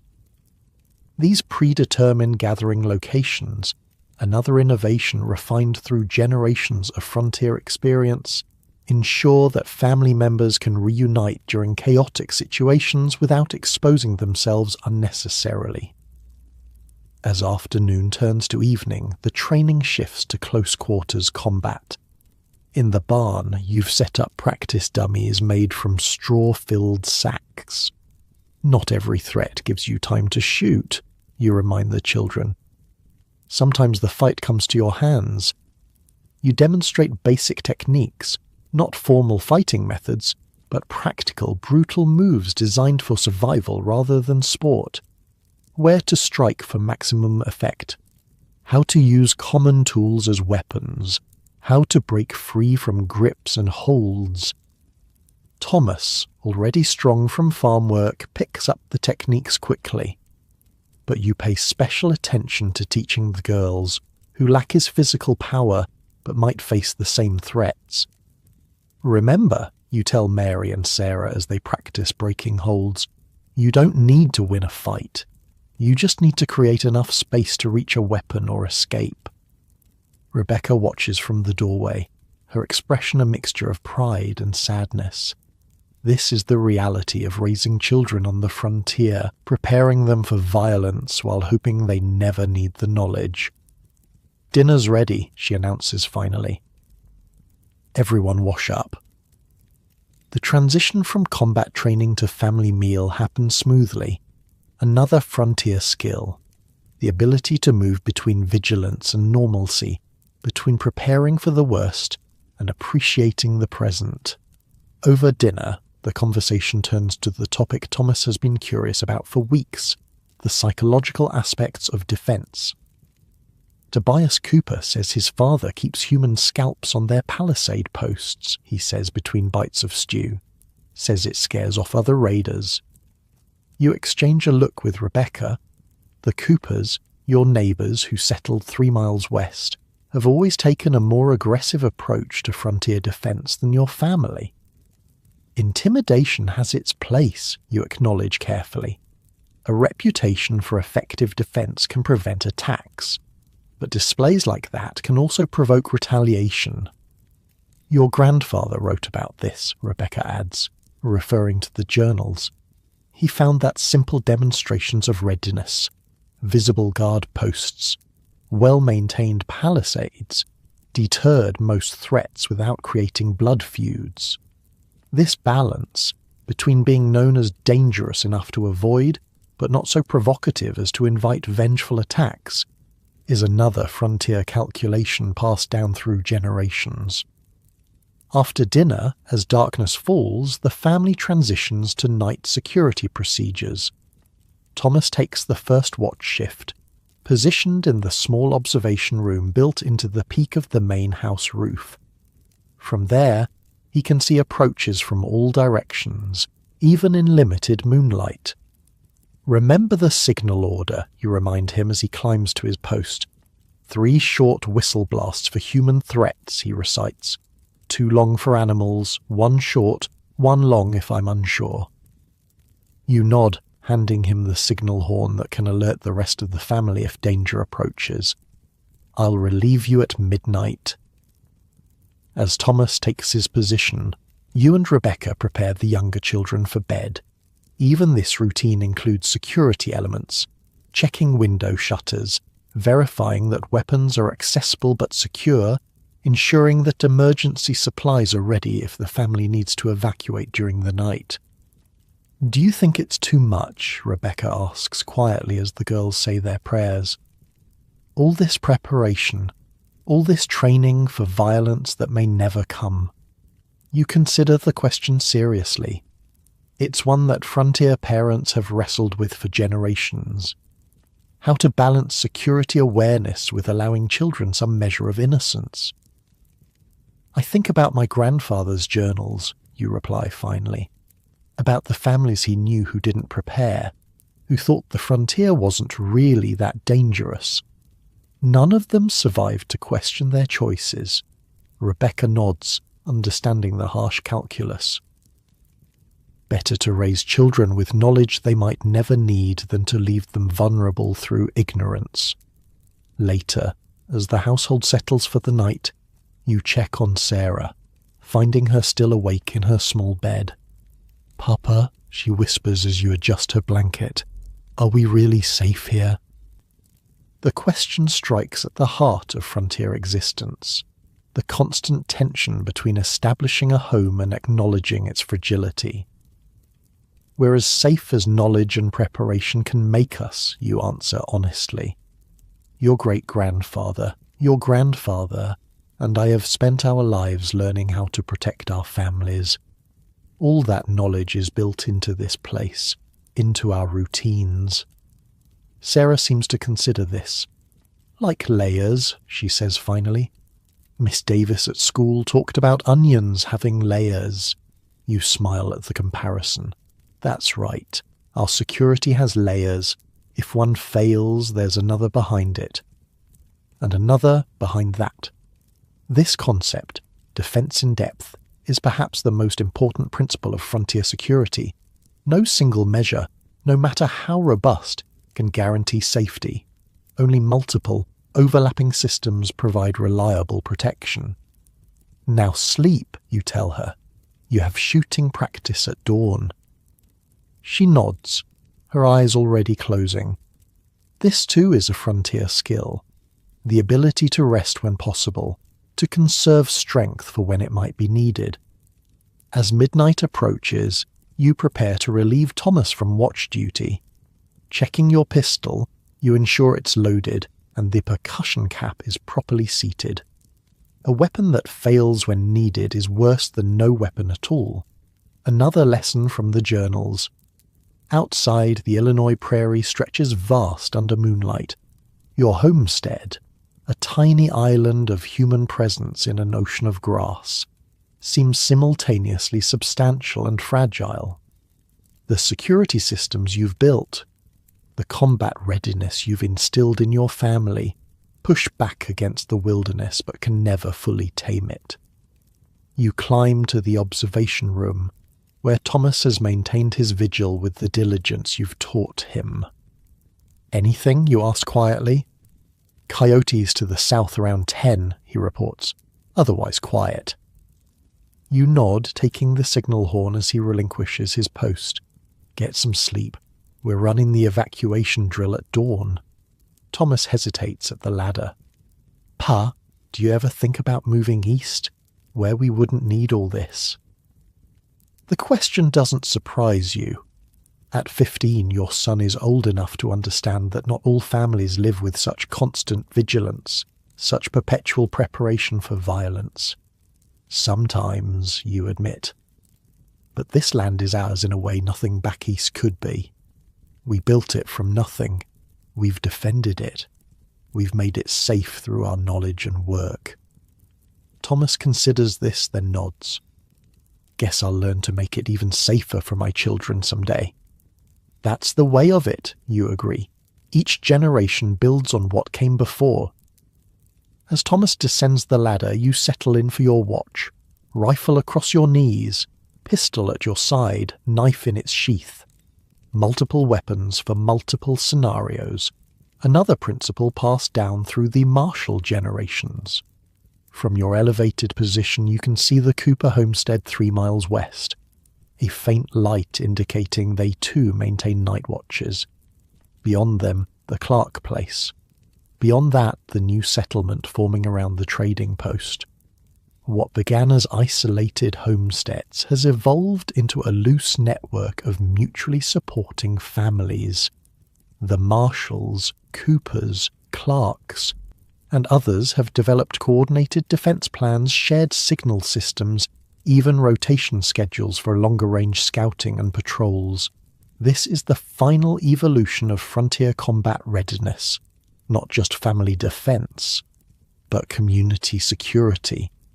The recognition that even the best-prepared homestead is vulnerable alone, but resilient as part of a larger network. By 1865, as the Civil War draws to its bloody close, the frontier itself has transformed. What was wilderness when you arrived is now linked by roads, mail routes, even telegraph lines in some areas. Law enforcement, tentative and unreliable but present, has begun to extend its reach. The combat readiness that kept your family alive through decades of frontier threats adapts to these changing conditions. The weapons remain maintained and positioned. The training continues. But the immediate dangers gradually recede as civilization advances. Yet the knowledge remains vital, preserved in the journals, refined through practice, passed to the next generation. The weapons skills, the tactical coordination, the emergency protocols developed through blood and experience. Because the frontier family understands what Eastern urbanites often forget. Security is never permanent. It exists only through vigilance, preparation, and the readiness to defend what matters when all other measures fail. And as you rest in your comfortable modern bed, free from the need to keep weapons close at hand or maintain night watches, consider this: the combat readiness that frontier families developed, their systematic approach to selecting, maintaining, and deploying weapons, their tactical training and coordination, their psychological preparation for violence, represented not brutality, but wisdom. The wisdom to recognize that in a world of potential threats, the final layer of security is always the readiness to stand and fight when necessary, to defend your family when all other systems have failed, to ensure that the knowledge and skills of effective resistance pass to the next generation, whether they ever need to use them or not. This is the legacy of frontier combat readiness, not just the ability to use weapons effectively, but the systematic approach to ensuring that when violence becomes unavoidable, you are prepared to survive it. And as dawn breaks across the Illinois prairie, Thomas Marshall IV takes the watch from his father, scanning the horizon with clear eyes and steady hands, carrying forward a tradition of vigilance that has kept his family alive for 4 generations on the American frontier. Ready to defend, ready to survive, ready to pass the knowledge to his own children someday. This is the way of the frontier. This is the Marshall legacy. This is how families survived. The knife blade flashes in the morning light as it arcs toward your throat. You twist sideways, the blade missing you by inches. Your hand clamps around your attacker's wrist, forcing the arm down and away. Your other hand drives upward, palm striking under the chin. "Good," your father says, stepping back and lowering the wooden training knife. "You didn't flinch that time. You're Thomas Marshall IV, now 30 years old, and the year is 1865. The Civil War has officially ended, though its aftershocks still ripple across the nation. Your Illinois homestead has prospered, but prosperity on the frontier doesn't mean the end of danger. Sometimes it makes you a more tempting target. Again," your father says, circling you on the packed dirt of the training yard. Though in his 50s now, Thomas Marshall III moves with the controlled precision of a man who has spent his life preparing for violence while hoping to avoid it. He lunges again, the wooden knife aiming for your ribs this time. You sidestep, trap his arm, and execute the disarming technique he taught you years ago, twisting the wrist while applying pressure to the thumb.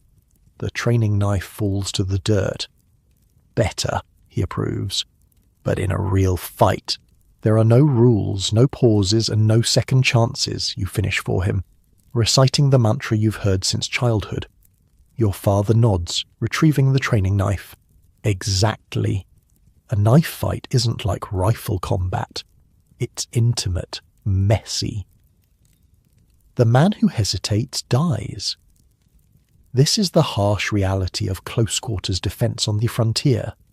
When threats breach your outer defenses, when firearms are empty or inaccessible, survival comes down to raw skills with whatever weapons remain at hand.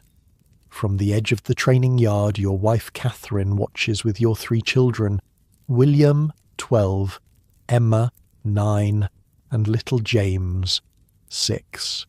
Her expression is troubled.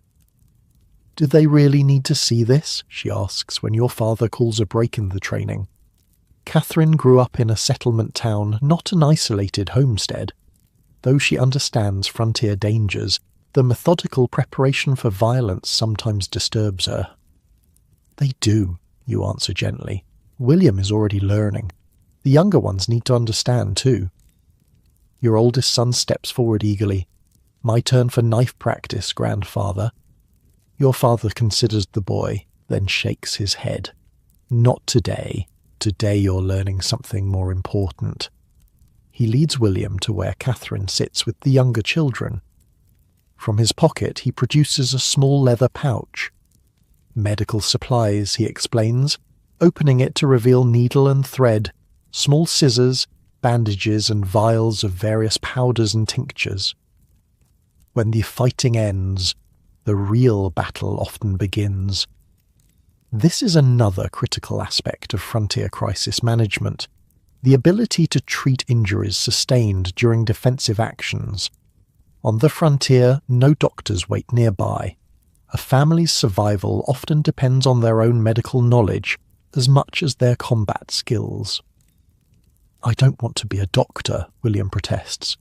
I want to learn fighting like Pa. Your father's expression grows serious. Your great-grandfather, Thomas Marshall, fought off 3 raiders near Fort Pitt in 1790, killed 2, drove off the 3rd, then bled to death from a wound he could have treated himself if he'd known how. William's eyes widen. This family story, preserved in the journals but rarely discussed, makes the point more effectively than any lecture could. Is that true, Pa? He asks, turning to you. You nod solemnly. That's why our family became so focused on complete protection systems. Not just keeping danger out, but surviving when it gets in. Over the next hour, your father instructs William in basic wound treatment, how to clean cuts, stop bleeding, stitch injuries that require it. The lesson is practical, direct, and potentially life-saving. Meanwhile, you take Emma and James to the cabin for their own form of crisis training. What to do if strangers approach while the adults are working the fields. Show me the hiding place again, you prompt Emma as you enter the main room. Your daughter moves confidently to the large hearth that dominates one wall of the cabin. She reaches up into the chimney, her small fingers finding a hidden lever. When pulled, a concealed door in the stonework swings open, revealing a space large enough for 2 children to hide. And what do you do once inside, you ask? Pull the door closed, Emma recites. It locks automatically. Stay quiet no matter what. Don't come out until we hear the family whistle. You nod approvingly. And if you can't reach the chimney hide because bad people are too close? James, not to be outdone by his older sister, pipes up. Under the floorboards in the pantry, or the false wall in the root cellar. These hidden spaces, developed over 4 generations of frontier living, represent the final layer of protection for those most vulnerable. When prevention fails, when barriers are breached, when combat goes badly, these last resort hiding places might save the children even if the adults fall. And if all the hiding places are blocked, you ask, your voice gentle but serious.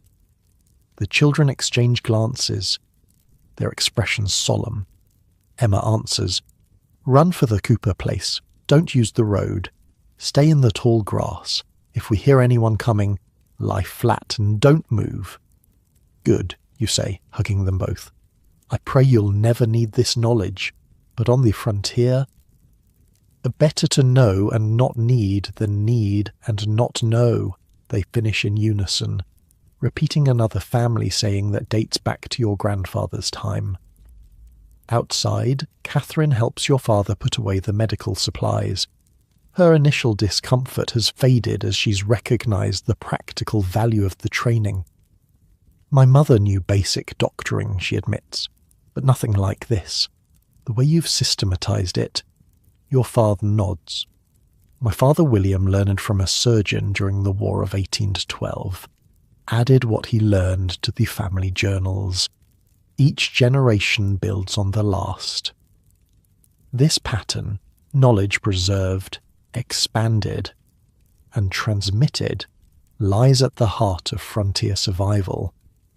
The medical techniques your father teaches aren't merely folk remedies, but a systematic approach to trauma care developed through harsh experience. Later that day, as afternoon heat gives way to evening cool, your family gathers for another aspect of crisis preparation, the emergency response drills that coordinate your actions during different types of threats. "Fire scenario," your father announces without warning. Immediately the family snaps into practiced motion. Catherine grabs the younger children while you and William throw open the cabin shutters, not to escape through them, but to prevent pressure build-up that could trap everyone inside. Your father retrieves the water buckets positioned strategically throughout the cabin. "Time?" he asks when everyone has completed their assigned tasks. 12 seconds, Catherine reports, checking the watch she wears pinned to her dress. Fire represented one of the most dangerous threats to frontier families, capable of destroying in minutes what had taken years to build. Unlike human attackers, it couldn't be shot or reasoned with. Unlike wild animals, it couldn't be scared away. "Good," your father approves. "Now let's try the night raid scenario." This drill is more complex, simulating a situation where attackers breach the outer defences during darkness. Each family member has specific responsibilities and fallback positions. You and your father take primary defensive positions while Catherine guides the children to the most secure room. William, at 12, now considered old enough for supporting tasks, retrieves additional ammunition and the backup weapons from their hidden storage. 17 seconds, Catherine reports when everyone is in position. 3 seconds slower than last month. "Not good enough," your father says, though his tone remains measured rather than harsh. "In a real night raid, those 3 seconds could be fatal." You run the drill again and again. By the 5th iteration, the family completes the sequence in under 14 seconds, a speed that could mean the difference between life and death if raiders ever breach your perimeter during darkness. Now the medical emergency drill your father directs. This scenario simulates an injury during an attack. Specifically, your father pretends to have taken a bullet to the shoulder. Catherine immediately applies pressure to the wound while you maintain defensive positions. William retrieves the medical kit and assists his mother. 22 seconds, Catherine announces. Better than last time. These drills, practiced monthly since you were a child, have created a family that functions like a well-oiled machine during crisis. Each person knows their role, their fallback position, their secondary tasks if the primary plan fails. As evening deepens toward night, the family transitions to another critical aspect of frontier crisis management, the psychological preparation for extreme situations. Seated around the main table, your father spreads out a rough map of the homestead and surrounding area. "Today we're discussing the worst-case scenario," he says gravely. Total defensive failure. The homestead is overrun. We're separated, injured, and the children are at risk. This exercise, part strategic planning, part psychological preparation, addresses the situation frontier families feared most: the complete collapse of their protective systems. Catherine and the children would head for the hidden ravine, you begin, pointing to a location 3 miles east. It has water, natural cover, and 3 different routes to the Cooper place. Your father nods. I'd create a diversion from the north field, he adds. Draw any pursuers away from their escape route. And I'd circle around to meet them at the ravine, you continue, using the creek bed for concealment. William, listening intently, raises a question. But what if the ravine is already watched? Or if there's flooding like last spring? This is exactly the purpose of the exercise, to think through contingencies, to prepare mentally for adapting when plans fail. Good thinking, your father approves. Where's our secondary fallback point? The old hunter's cabin on Willow Creek, Catherine answers promptly. 6 miles southeast, stocked with emergency supplies last autumn. The discussion continues, examining contingencies, alternate routes, recognition signals that would allow separated family members to identify each other safely. The goal isn't just tactical planning, but psychological preparation, reducing the paralysis that often accompanies crisis by having preconsidered options. Remember, your father says as the exercise concludes, in a true crisis, plans rarely survive first contact with danger. What matters is having the framework to adapt. This wisdom, earned through generations of frontier living, distinguishes true crisis management from mere reaction. The Marshall family doesn't just respond to emergencies, it anticipates them, prepares for them, and develops systematic approaches to surviving them. As night settles fully over the homestead, the family transitions to evening routine. The children are put to bed with stories, some entertainment, some disguised lessons in courage and quick thinking. The adults check security measures, verify that weapons are accessible, and set the night watch rotation. Before retiring to your own room with Catherine, you find your father on the cabin's small porch, looking out at the starlit prairie. You think I'm pushing the children too hard with all this preparation, he says. It's not a question, but an acknowledgement of the tension you both feel, the desire to protect the young ones from fear while preparing them for dangers that might come. I think about that too, you admit. William seems to thrive on it. Emma takes it seriously, but James, he has nightmares sometimes. Your father nods, his expression thoughtful. Your grandfather had the same concern with your Aunt Emma. He wrote about it in the journals, said he'd rather give her nightmares than leave her unprepared for real dangers. Harsh way to look at it, you observe. The frontier is harsh, he replies simply, but maybe we can find better balance.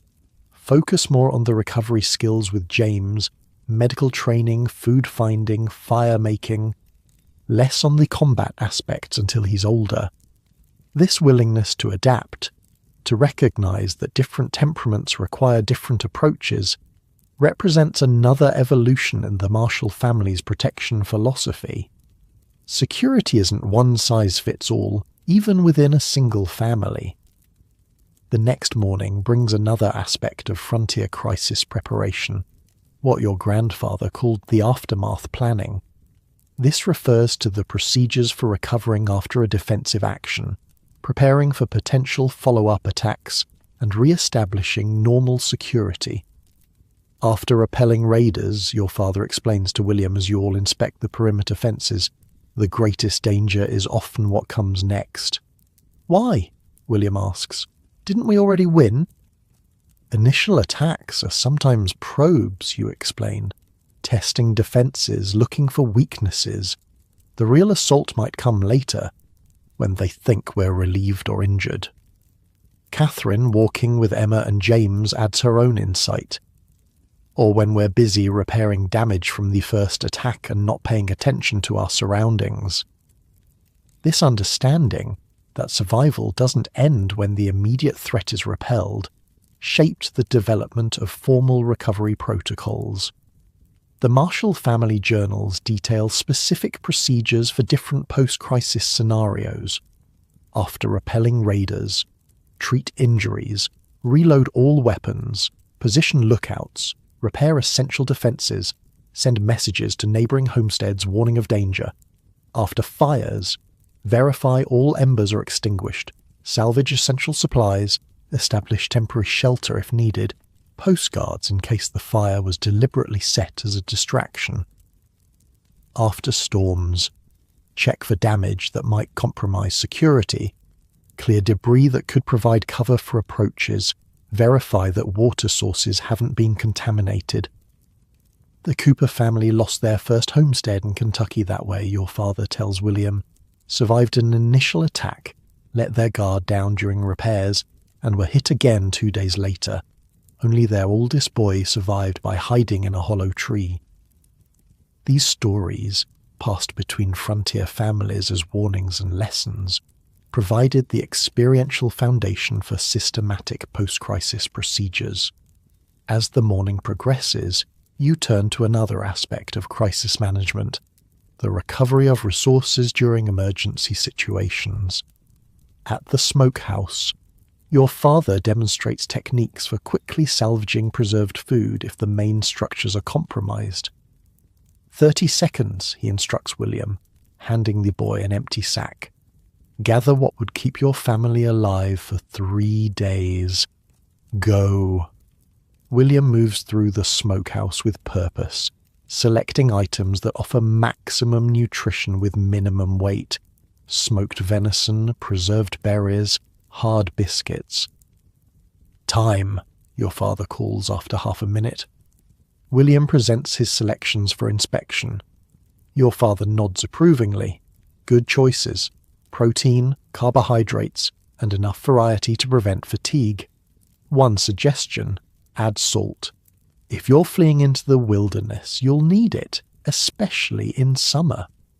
This practical knowledge, what to prioritize when you might have only seconds to gather survival supplies, represents another layer of frontier crisis management. Not just fighting threats, but recovering from them with what you need to survive. Meanwhile, in the cabin, Catherine teaches Emma and James another recovery skill, how to purify questionable water using the charcoal filtering method your grandfather developed during his time in Ohio.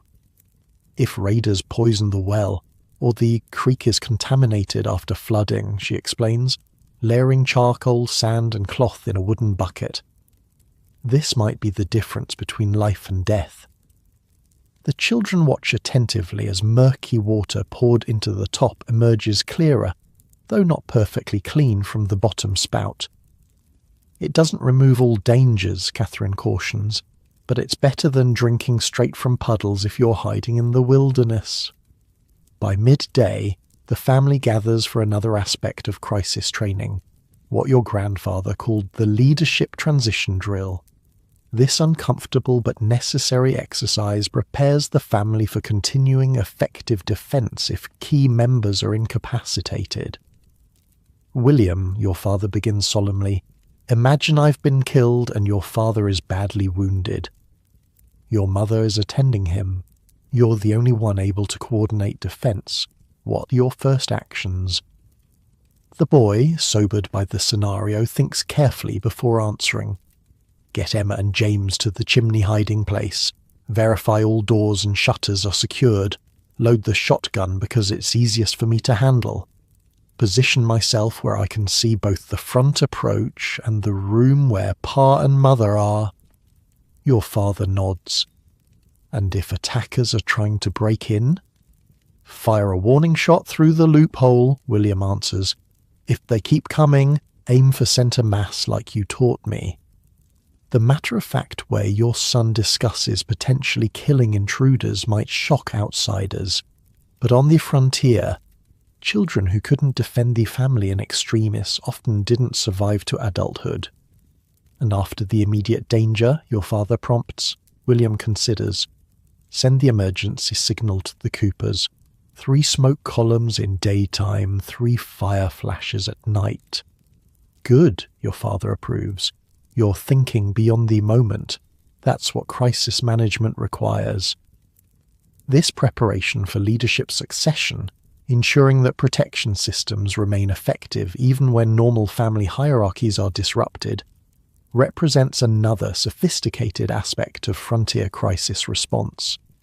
As afternoon progresses, the training turns to psychological aspects of close-quarters defense, specifically techniques for maintaining focus and effectiveness during extreme stress.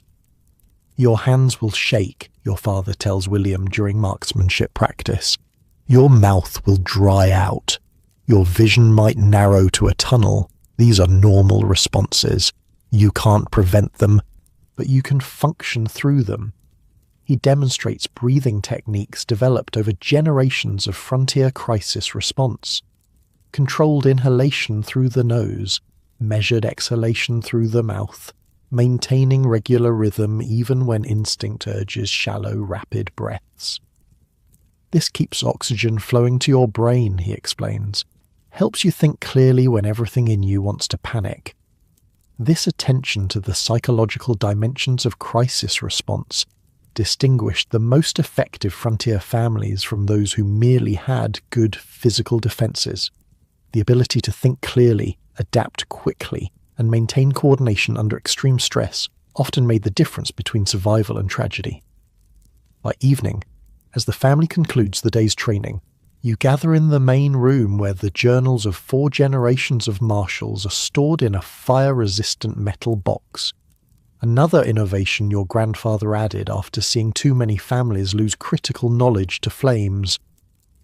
Today, you've practiced skills we hope you'll never need, your father tells the children. Close quarters defense, medical treatment, emergency evacuation, resource recovery. These are the final layers of our family's protection system. What happens when all other measures fail? He removes the oldest journal from the box. Your great-grandfather's original writings from the 1750s and 60s. Its leather cover worn smooth by decades of handling. Thomas Marshall Sr. began documenting these techniques after losing friends and neighbors to threats they should have survived. William Marshall expanded them based on experiences in Ohio. Your father and I have added what we've learned in Illinois. He hands the journal reverently to William. One day, you'll add your own knowledge to these pages. You'll discover better ways to protect your family. That's how we survive. By learning, improving, passing down what works. The boy accepts the journal carefully, understanding the responsibility it represents. Not just a family heirloom, but a survival manual written in blood and experience. As night falls across the prairie, the family transitions to evening security routines. The children are settled in their beds. The adults verify that weapons are positioned, water buckets filled, escape routes clear. You take the first watch shift, positioned in the small observation room built into the roof peak. From this vantage point, you survey the homestead your family has built over decades. The main house, barns, workshops, fields. The physical manifestation of 4 generations of security knowledge. But the true legacy isn't the structures themselves, it's the systems that protect them, the crisis management protocols that ensure survival even when other measures fail, the close-quarters defense techniques that provide last resort options when threats breach the perimeter.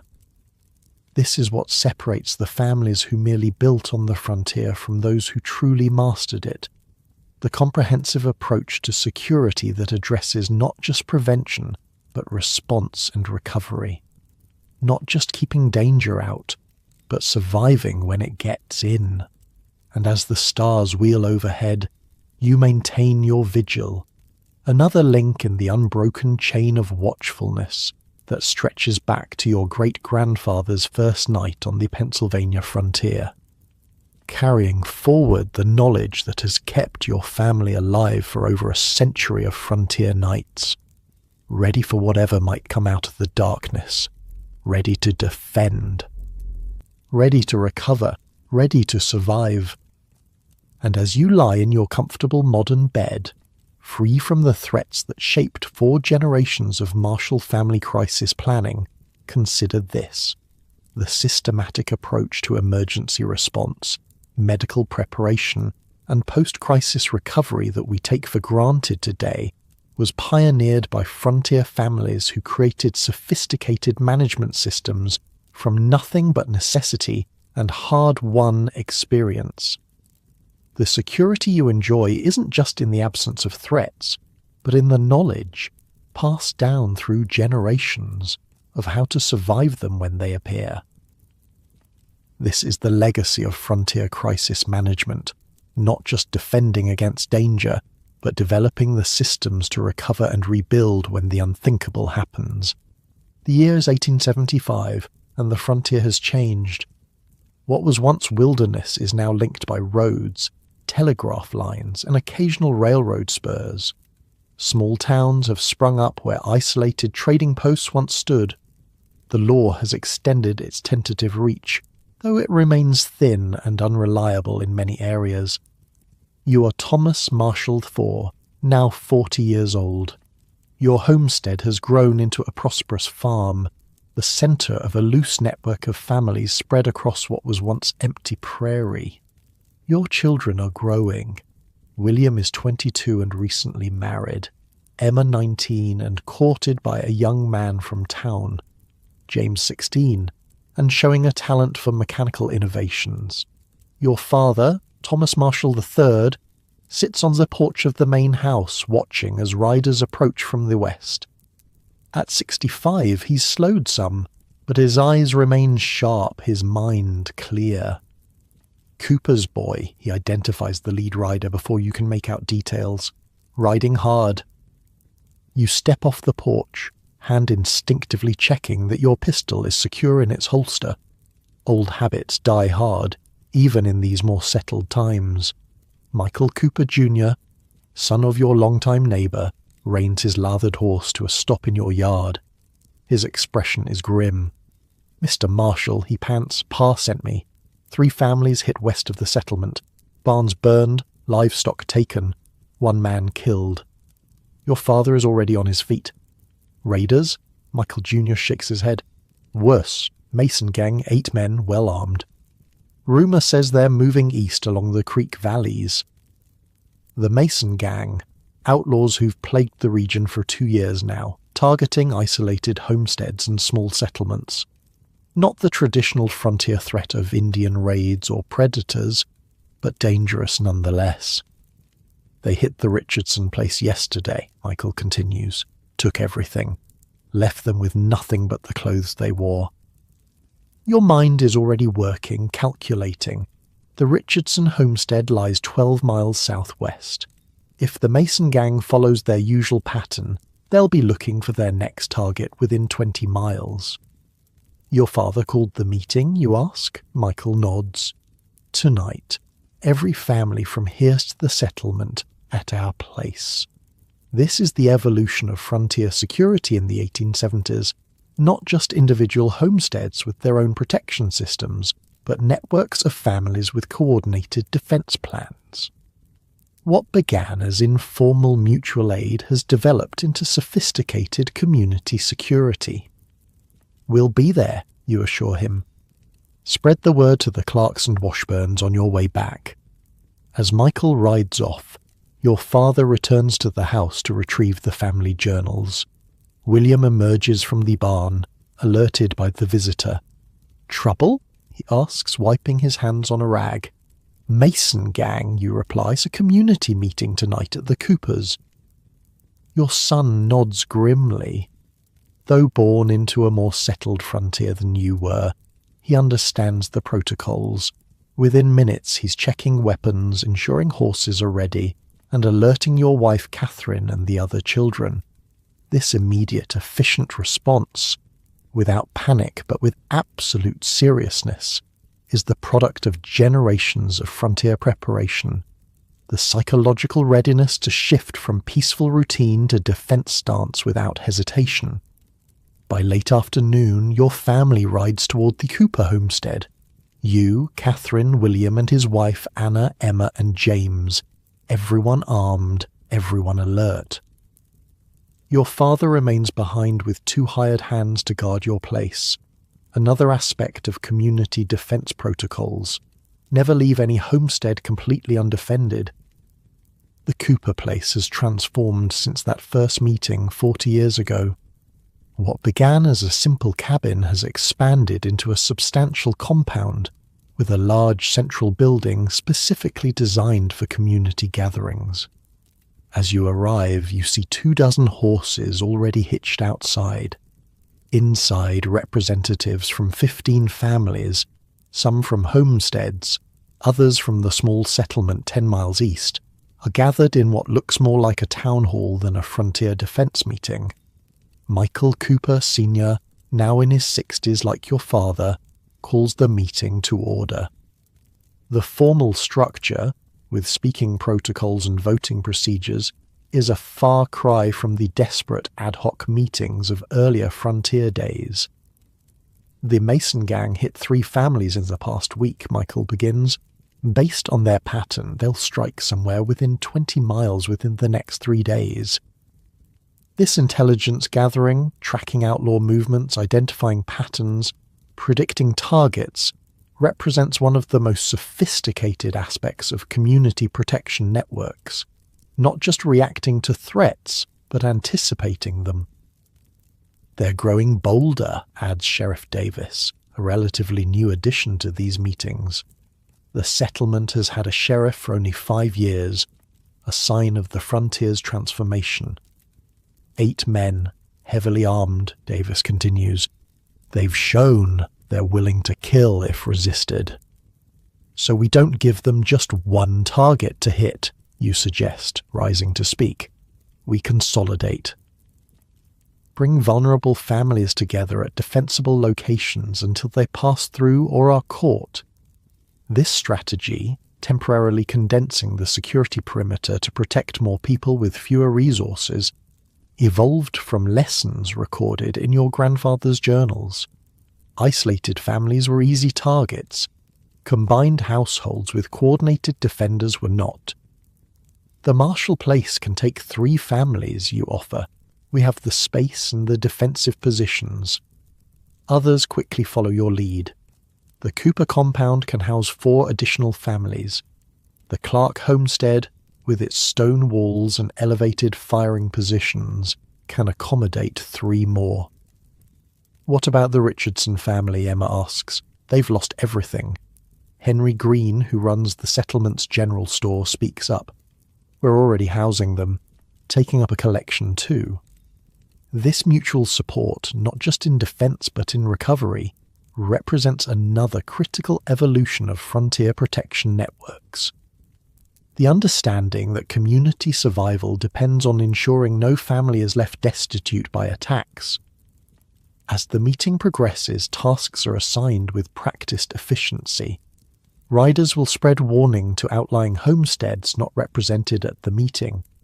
Defensive positions will be reinforced at the consolidated locations. Supply distributions will ensure each gathering point has adequate food, water, and ammunition. What about the psychological approach? William asks. Make them think twice about hitting any of our places. Michael Cooper nods approvingly at your son. The Marshall boy has the right idea. It's not just about physical defense anymore. This represents the most sophisticated evolution of frontier security, the understanding that reputation and perceived strength can deter attacks more effectively than actual confrontation. We make sure they know we're ready, Michael continues. Visible patrols between homesteads, signal fires at night, make our presence obvious without exposing ourselves. Sheriff Davis adds his perspective. These men are predators, not soldiers. They want easy targets. If they think they'll face coordinated resistance, they'll likely move on to easier pickings. This psychological warfare, creating the perception of strength as a deterrent, had evolved from hard-won frontier experience. Your great-grandfather's journals documented how certain Pennsylvania settlements remained untouched during raid seasons simply because they had reputations for effective defense. As the meeting concludes, practical arrangements are made. The Henderson, Mills, and Peterson families will relocate temporarily to your homestead. Others are assigned to the Cooper and Clark places. Patrol schedules are established. Signal systems reviewed. One last thing, Michael says before dismissing the gathering. We need to address the Wilkins situation. Uncomfortable silence falls. Jacob Wilkins, who homesteaded the land 8 miles north, is known for his solitary nature and refusal to participate in community defense efforts. He won't come to meetings, Michael continues, won't join patrols, says his own defences are sufficient. But he expects help if he's attacked, mutters someone in the back. This tension between individual security and community responsibility represents another challenge of frontier protection networks. Most families recognized that mutual aid was essential for survival, but there were always those who resisted integration. "I'll talk to him," you volunteer. "My father and his had dealings years back." The ride home is quieter, your family processing the developments. The frontier has changed in your lifetime, from isolated homesteads fighting for survival to interconnected communities with sophisticated defense networks. But danger remains, just in evolved forms. "It's strange," Catherine says as you crest the rise overlooking your homestead. "My mother would never have imagined community defense meetings with voting procedures and patrol schedules." Times change, you acknowledge. The threats change too. By the next morning, preparations are in full swing. The Henderson family arrives first. Parents, 3 children, and an elderly grandmother. You direct them to the east wing of the main house, recently expanded for exactly this purpose. Community defense planning isn't just about coordination. It's about creating physical spaces that can accommodate consolidated families during threat periods. "We've brought our own supplies," John Henderson says, unloading a wagon of food and bedding. "Don't want to be a burden." "No burdens here," you assure him, "just neighbours." This represents another evolution in frontier thinking. The shift from seeing each family as a fortress unto itself to recognizing that true security comes from mutual support and resource sharing. William takes charge of integrating the Henderson boys into the homestead defense system, showing them observation posts, communication signals, and evacuation routes. Eyre does the same with the daughter, while Catherine helps the grandmother settle in. By afternoon, the Mills and Peterson families have also arrived. Your homestead, designed over generations to house and protect a single family, adapts smoothly to accommodate 15 people. The sleeping arrangements, water access, food preparation, and defensive positions all expand according to long-established protocols. "Your great-grandfather would be impressed," your father says, watching the activity from his chair on the porch. "He wrote about community defense, but never got to see it work like this." That evening, as darkness falls, the signal fires are lit on the highest points of participating homesteads, 3 flames in a triangle pattern, visible for miles. The message to the Mason gang is clear. These are not isolated, vulnerable targets. This is a community prepared to defend itself. Patrol riders return with reports.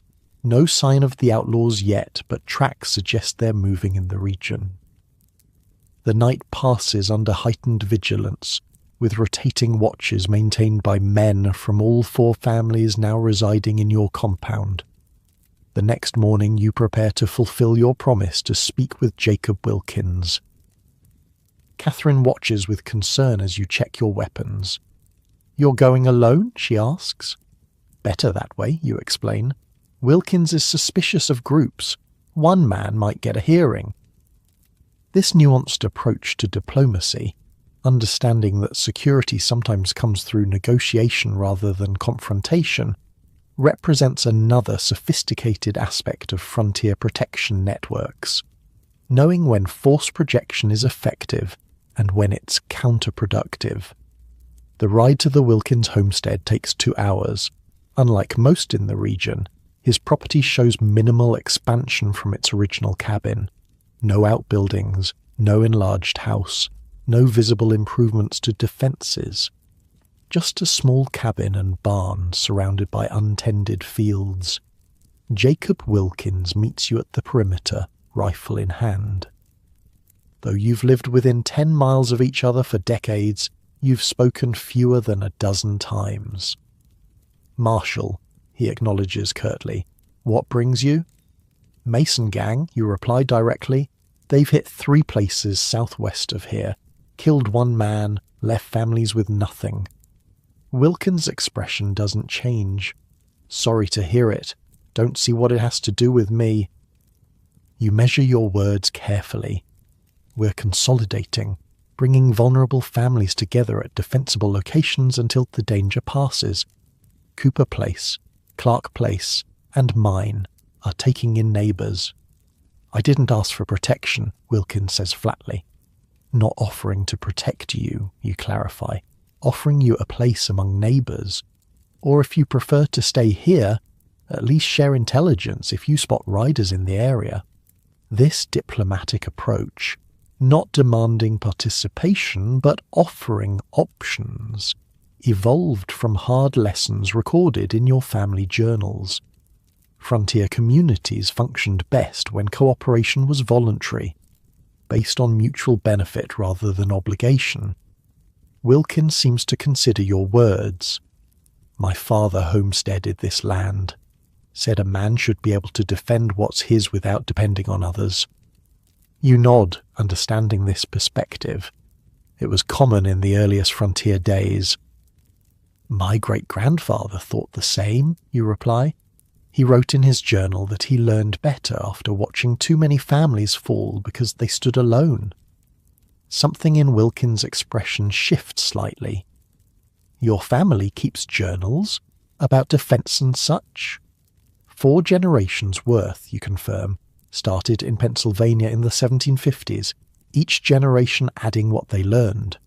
This piques his interest, as you'd hoped it might. The offer of knowledge, practical, proven security knowledge, often succeeds where demands for cooperation fail. "I'll keep my eyes open," Wilkins concedes finally. "See any strangers? I'll send my boy to let Cooper know." It's not full participation in the community defence network, but it's a start. Another lookout, another set of eyes watching the approaches. In frontier security, small gains matter. As you ride back to your homestead, you reflect on how protection systems have evolved. Your great-grandfather's journals describe security primarily in terms of physical barriers and weapons. Your grandfather added psychological elements and family coordination. Your father expanded to multi-family defense networks. Now, your generation has developed sophisticated community-wide systems that integrate physical, psychological and social aspects of security. Upon your return, you find increased activity at your homestead. 3 riders from town have brought news. The Mason gang was spotted 15 miles south, heading northeast along the creek that runs near your property. "They'll be in our area by tomorrow," William reports. "Sheriff's forming a posse, but they're outnumbered." The community response shifts to high alert. Children are restricted to the inner areas of the homestead. Additional ammunition is distributed to defensive positions. The patrol schedule intensifies, with riders maintaining contact between the consolidated households. That night, your father gathers everyone in the main room. Not just your family, but all 4 families currently sheltering in your homestead. The elderly Henderson grandmother, the Mills children, the Peterson father recovering from a broken leg that makes him especially vulnerable. Some of you are too young to remember when each family stood alone against dangers, your father begins, when there was no sheriff, no town within riding distance, no telegraph to call for help. The room is silent. Everyone listening to this elder who bridges the gap between frontier past and more settled present. In those days, a family's security depended entirely on their own preparations, their own vigilance. Many didn't survive. He looks around the room, his gaze lingering on the children. What you're experiencing now, this coming together, this mutual protection, this is the evolution of frontier security. Not just stronger walls or better weapons, but stronger communities. This perspective, seeing security as a community achievement rather than just a family responsibility, represents the most sophisticated development in frontier protection thinking.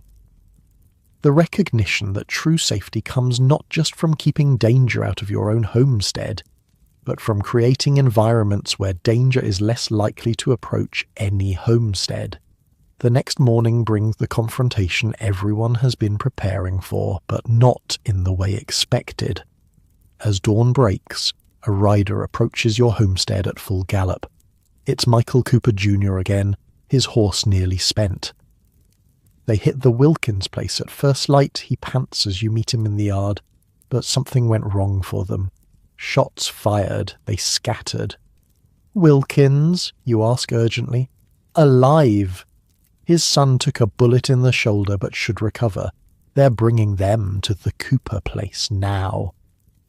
What unfolds over the next hours demonstrates the full evolution of frontier community defense. The wounded Wilkins boy is treated by 3 different women with medical knowledge, using supplies contributed from multiple families. Riders patrol expanded perimeters around all 3 consolidated locations. The sheriff and his small posse coordinate with community members to track the scattered outlaws. By nightfall, word comes that 2 members of the Mason gang have been captured by the sheriff's posse, supported by men from the settlement. The others have fled the region, apparently deciding that this community is too well organized to offer easy targets. They hit Wilkins because he was isolated, Michael Cooper observes when he visits to share the news, exactly what we tried to prevent. Yet even this apparent validation of community defense strategy comes with nuance. As details emerge, you learn that Wilkins hadn't been as unprepared as his isolated status suggested. His cabin had hidden firing ports that surprised the attackers. His son had shown remarkable marksmanship. The attackers who expected an easy target found anything but. Man had good defenses, Michael acknowledges, just not good enough alone against 8 men. This represents the ultimate lesson of frontier security evolution, that the strongest protection comes not from choosing between individual preparation and community cooperation, but from combining both. The best defended homesteads within the strongest community networks created security that neither could achieve alone. Over the next week, as the immediate danger passes, the consolidated families return to their own homesteads. But the experience has strengthened the community bonds. Jacob Wilkins, humbled by his close call but respected for his fierce defense, begins participating in community meetings. His son, recovering from his wound, forms friendships with other young men his age, including your James. By 1890, as the frontier itself disappears into history, the security networks pioneered by families like yours have evolved into the foundations of modern community protection. The informal patrols become organized town watches. The mutual aid agreements develop into early insurance cooperatives. The shared defense knowledge transforms into educational systems. Your father, now 80, still sits on the porch most days, watching this transformation with thoughtful eyes. The journals he inherited and expanded now fill a small bookcase. 4 generations of security knowledge, adapting to changing conditions while preserving core principles. It's not the same frontier anymore, he observes one evening as you join him. Soon they'll be saying there is no frontier left at all. The threats change, you reply, echoing words you've both said for decades. The principles remain. And indeed, as civilization extends its reach, as law enforcement becomes more reliable, as communities grow into towns and towns into cities, the fundamental security insights developed by frontier families remain relevant. The layered defense approach, multiple systems backing each other up, the psychological deterrence strategies that prevent attacks before they begin, the community cooperation that multiplies individual security efforts, the intelligence gathering that anticipates threats rather than merely reacting to them. These principles, developed through blood and loss on the American frontier, continue to protect communities long after the specific threats they were designed for have faded into history. As you sit with your father, watching your grandchildren play in the yard where you once trained for desperate combat, you understand that this is the true legacy of frontier protection systems. Not just the physical techniques or specific preparations, but the evolved understanding that security comes through layers of defense, community cooperation, and psychological preparation. The journals, your father says suddenly, they should go to William soon. His children need to understand where we came from, what it took to survive. You nod, understanding. Though the daily reality of frontier defense has faded, the knowledge remains valuable, not just as history, but as practical wisdom that translates across generations and changing circumstances. This is the ultimate evolution of frontier security thinking, the recognition that protection systems must adapt to new conditions while preserving core principles. That knowledge painfully earned should never be lost, even when the specific threats it addressed have changed.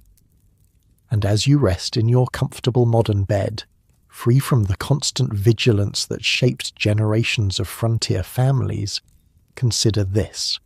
These sophisticated approaches to community security that protect modern society weren't invented by theorists or legislators.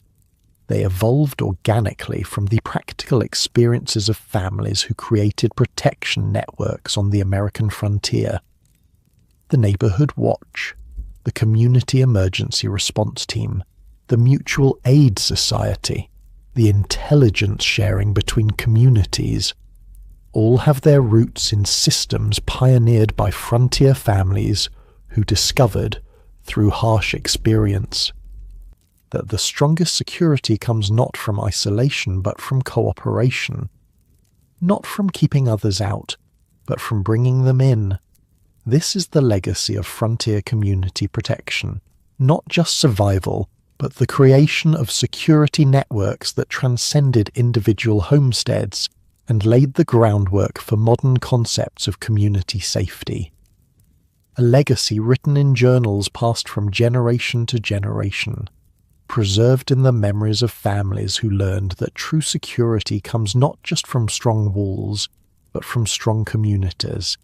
And as the frontier faded into history, this wisdom remained, a testament to the remarkable human capacity to create protection from nothing but necessity, cooperation, and the determination to see another dawn.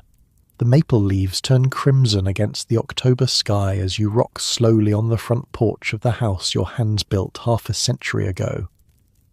The year is 1900, and at 65 you've lived to see the turning of a century, something your great-grandfather Thomas Marshall Sr. could hardly have imagined when he penned the first security journal in a crude Pennsylvania cabin in 1760.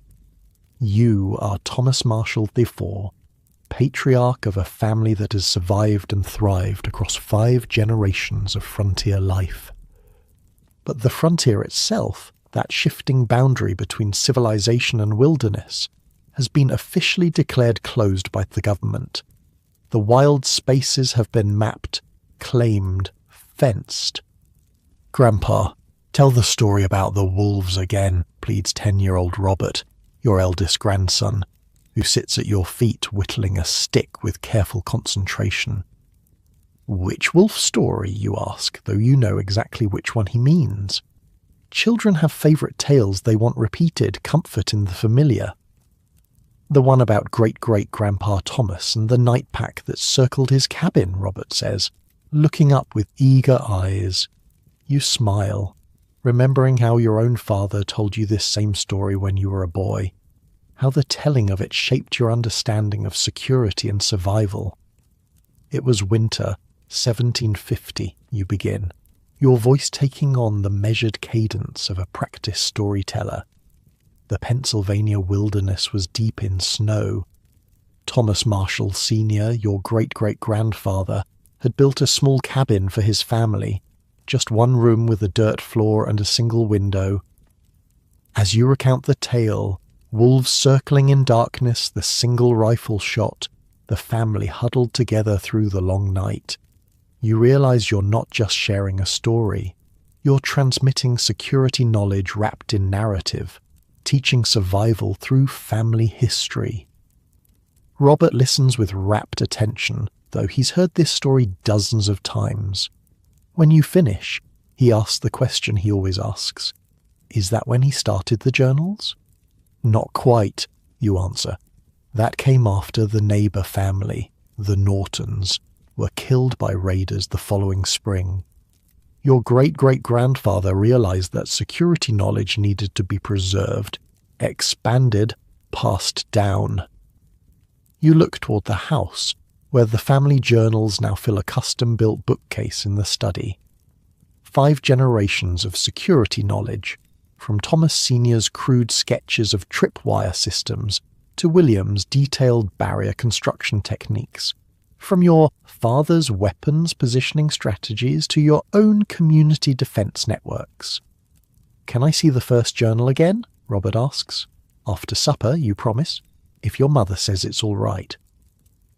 Your daughter-in-law, Elizabeth, William's wife, is protective of her children.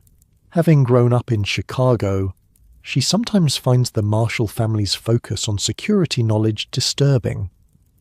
"They should have normal childhoods," she's said more than once, "not be raised like little soldiers." It's an ongoing tension in your family. How much of the frontier security mindset should be preserved now that the frontier itself has vanished? How much of the hard-earned knowledge is still relevant in a world with telephones, police departments, and electric lights? The screen door creaks as William steps onto the porch. At 47, your son has fully taken over management of what is now a substantial farm rather than a frontier homestead. His clothes, store-bought rather than homespun, mark the transition from survival-focused pioneer to business-minded farmer. "Telegraph from James," he says, handing you a folded paper. He's arriving Thursday on the afternoon train. James, your youngest son, left Illinois 15 years ago to study engineering in Boston. Now he designs security systems for banks and businesses across the eastern seaboard.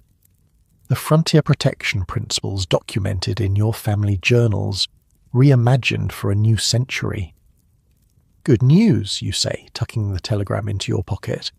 "Your brother's bringing those new journals he promised." William nods, though his expression suggests mixed feelings.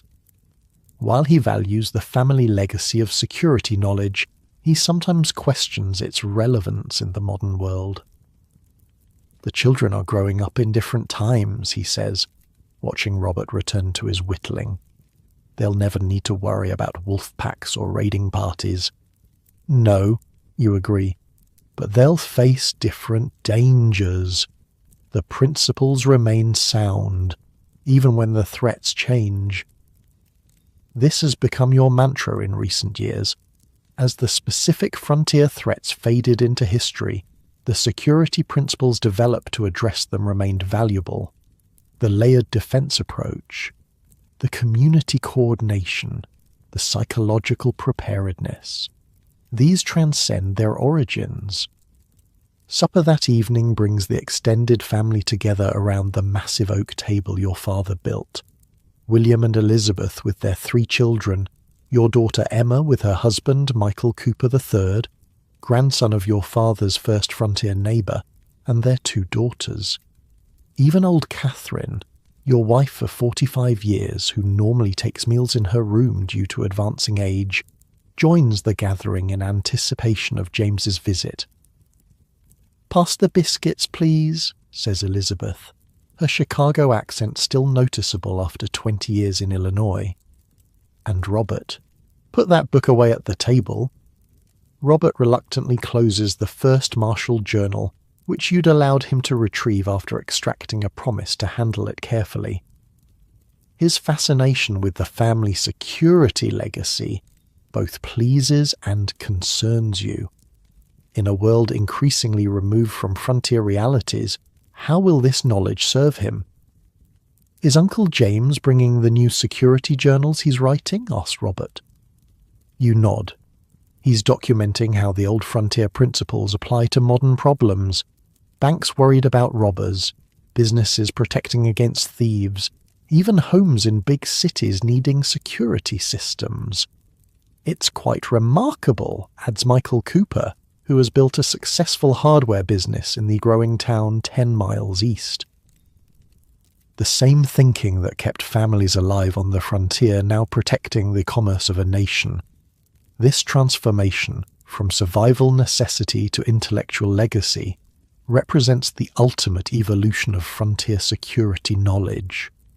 What began as desperate innovations to keep single families alive has become a systematic approach to protection that transcends its origins. After supper, as the younger children are put to bed, you invite Robert and his 14-year-old cousin Sarah, Emma's daughter, to join you in the study.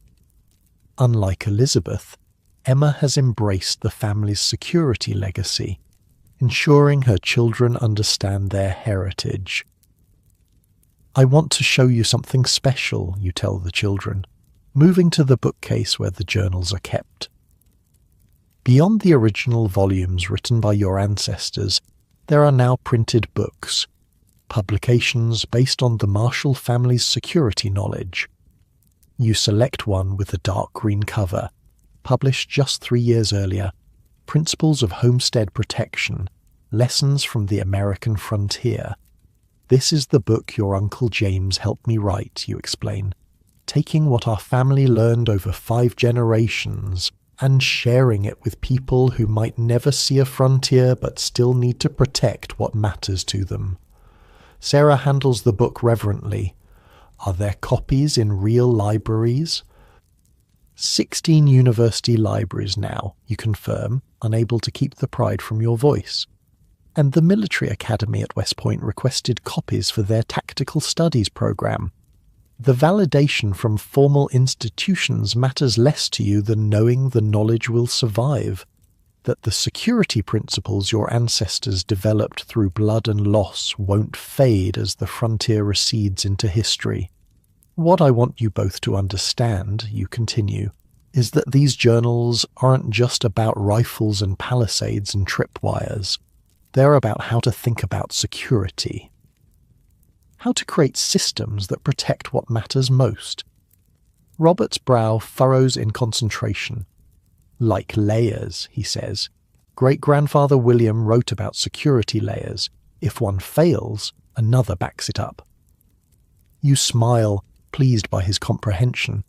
"Exactly, and that principle works whether you're protecting a frontier cabin from raiders or a modern home from burglars. The specific methods change. The thinking remains sound. This, you believe, is the most valuable legacy of frontier security evolution, not the specific techniques, but the systematic approach to protection. The recognition that effective security isn't a single solution, but an integrated system of prevention, response, and recovery. As the evening deepens, Catherine joins you in the study, moving slowly with her cane. At 80, she's one of the last living links to the earlier frontier era, having been born in a settlement when Illinois was still considered wilderness. Filling their heads with old dangers, she asks, but her tone is affectionate rather than critical. Old solutions, you correct gently. That still work for new problems. Catherine settles carefully into a padded chair, her arthritic hands arranging her shawl. I was thinking today about that first winter here, she says, when Emma was just a baby. How we practiced what to do if raiders came during a blizzard. The chimney hiding place, you recall, and the emergency supplies buried by the north fence post. We never needed them, Catherine observes. All that preparation, all that worry, and the worst never came. Because of the preparation, you suggest. The systems worked by preventing what they were designed to address. This paradox, that the most effective security often appears unnecessary because it prevents the very threats it was created to handle, represents a sophisticated understanding that your family developed over generations of frontier living. Robert and Sarah listened to this exchange with wide eyes, witnessing the living connection to a past that's rapidly fading from American memory.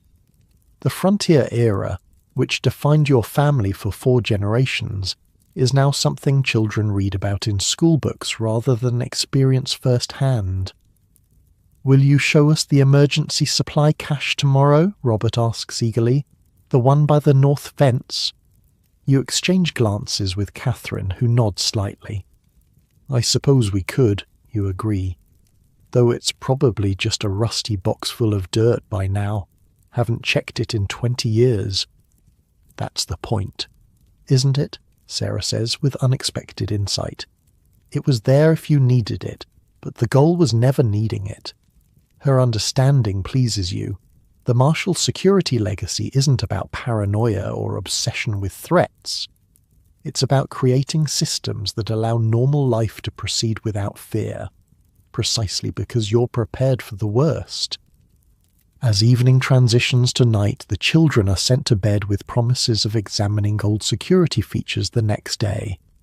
You and Catherine retire to the main bedroom, a far cry from the crude sleeping arrangements your great-grandfather described in his earliest journal entries. Do you think any of them truly understand, Catherine asks as she brushes her silver hair, what it meant to live with constant vigilance? To know your family's survival depended entirely on your preparation? They can't, you admit. Not really. Just as I couldn't fully understand what my great-grandfather faced in Pennsylvania. Each generation's experience is their own, but the knowledge passes down, she observes, adapted, expanded. That's the true security system, you reply. Not the physical barriers or weapons or alarm systems, but the passing of knowledge from one generation to the next, each building on what came before. This perspective, seeing security as an evolving body of knowledge rather than fixed techniques, represents the most sophisticated understanding developed through your family's frontier experience. The next morning dawns clear and cool, perfect October weather for the expedition promised to the children. After breakfast, you lead Robert, Sarah, and several of the younger children to the north pasture, where an ancient oak marks the location of one of your homestead's emergency caches. Your great-grandfather William established this cache point in 1825, you explain, leaning on your walking stick as the children gather around. The idea was simple but vital. If the main house was compromised, if the family had to flee with nothing, these hidden supplies might mean the difference between survival and death. Robert is already on his knees digging where you indicated. The other children join in, turning the grim historical reality into a treasure hunt game. After several minutes of enthusiastic excavation, They unearth a metal box, rusted but intact. "Can we open it?" asks 6-year-old Emily, William's youngest. You nod, curious yourself about the condition of supplies buried decades ago. The lid creaks open to reveal contents wrapped in oilcloth, remarkably well preserved despite the years. Flint and steel for fire starting, a small knife, fishing hooks and line, hard biscuits now turned to dust, seeds sealed in wax. A small bottle that once held medicine. These were emergency basics, you explain as the children examine each item. The minimum needed to survive if you lost everything else. "People really lived like this?" asks Thomas, Elizabeth's middle child, who at 8 has known nothing but comfort and security. "Your ancestors did," you confirm. "And the preparation, the thinking behind caches like this, is why you don't have to." This, perhaps, is the most meaningful legacy of frontier security evolution. Not that modern Americans need to maintain emergency caches, but that the security principles developed through frontier experience created the foundation for the safety later generations take for granted. As the morning continues, you turn the exploration into a walking tour of your homestead's historical security features, the firing ports disguised as decorative elements in the original cabin walls. The sightlines carefully maintained through strategic planting and clearing. The signal platform, now converted to a pleasant reading nook atop the main house. Your great-great-grandfather's journals described how settlers in Pennsylvania would hang gourds filled with pebbles from trees, you tell the children as you rest beneath a massive oak. When disturbed by intruders or animals, they'd rattle and give warning. "Like a burglar alarm," exclaims Robert. "Exactly like that," you agree. The principle is identical. Create noise when a boundary is crossed without permission. Only the technology has changed. This connection between frontier innovations and modern security technologies fascinates the children, the tripwires becoming modern alert systems. The community patrols evolving into police departments, the signal networks transforming into telegraphs and telephones. By afternoon, as you return to the main house, you notice William watching the proceedings with a thoughtful expression. "They're more interested than I expected," he admits as the children run ahead. "I thought all this frontier security knowledge would seem irrelevant to them." "The specific techniques might be outdated," you reply, "but the thinking behind them never will be. Protection of what matters most is a constant human need, whether on the frontier or in a modern city." This perspective, that security principles transcend their historical origins, represents the most enduring legacy of your family's frontier experience. Not the specific methods, but the systematic approach to protection that can be adapted to any environment, any era. That evening, as twilight settles across the prairie that was once wilderness, you sit again on the porch, the family journals open on your lap. From the crude handwriting of Thomas Marshall Sr. in 1760 to your own careful documentation of community defense networks in the 1880s, these volumes represent 5 generations of security knowledge. Knowledge earned through vigilance and sometimes blood. Knowledge refined through practical application. Knowledge that transformed isolated survival techniques into sophisticated protection systems. And most importantly, knowledge preserved, not just in family journals, but now in published books, university libraries, and the evolving practices of a nation that has moved beyond its frontier origins but still benefits from frontier wisdom. As darkness falls completely, you close the journal and look out across the land your family has held for nearly a century. The physical frontier may have vanished, but its legacy lives on in community organizations, in security planning, in the systematic approach to protection that began with families like yours creating safety from nothing but necessity and determination. This is the true heritage of frontier security evolution, not just survival, but the development of protection principles that transcend their origins, principles that continue to guard what matters most long after the specific threats they were designed to address have faded into history. And as stars appear in the Illinois sky, the same stars that guided your ancestors across uncharted wilderness, you understand that the most valuable security system isn't made of logs or rifles or alarm systems. It's made of knowledge passed down generation to generation, each building on what came before, each adapting ancient wisdom to new challenges. The frontier closed, but the frontier mindset, systematic, layered, community-minded protection, continues to keep Americans safe in ways most will never fully appreciate. This is your family's legacy. This is the Marshall inheritance. This is how frontier protection systems transformed not just isolated homesteads, but an entire nation's approach to security.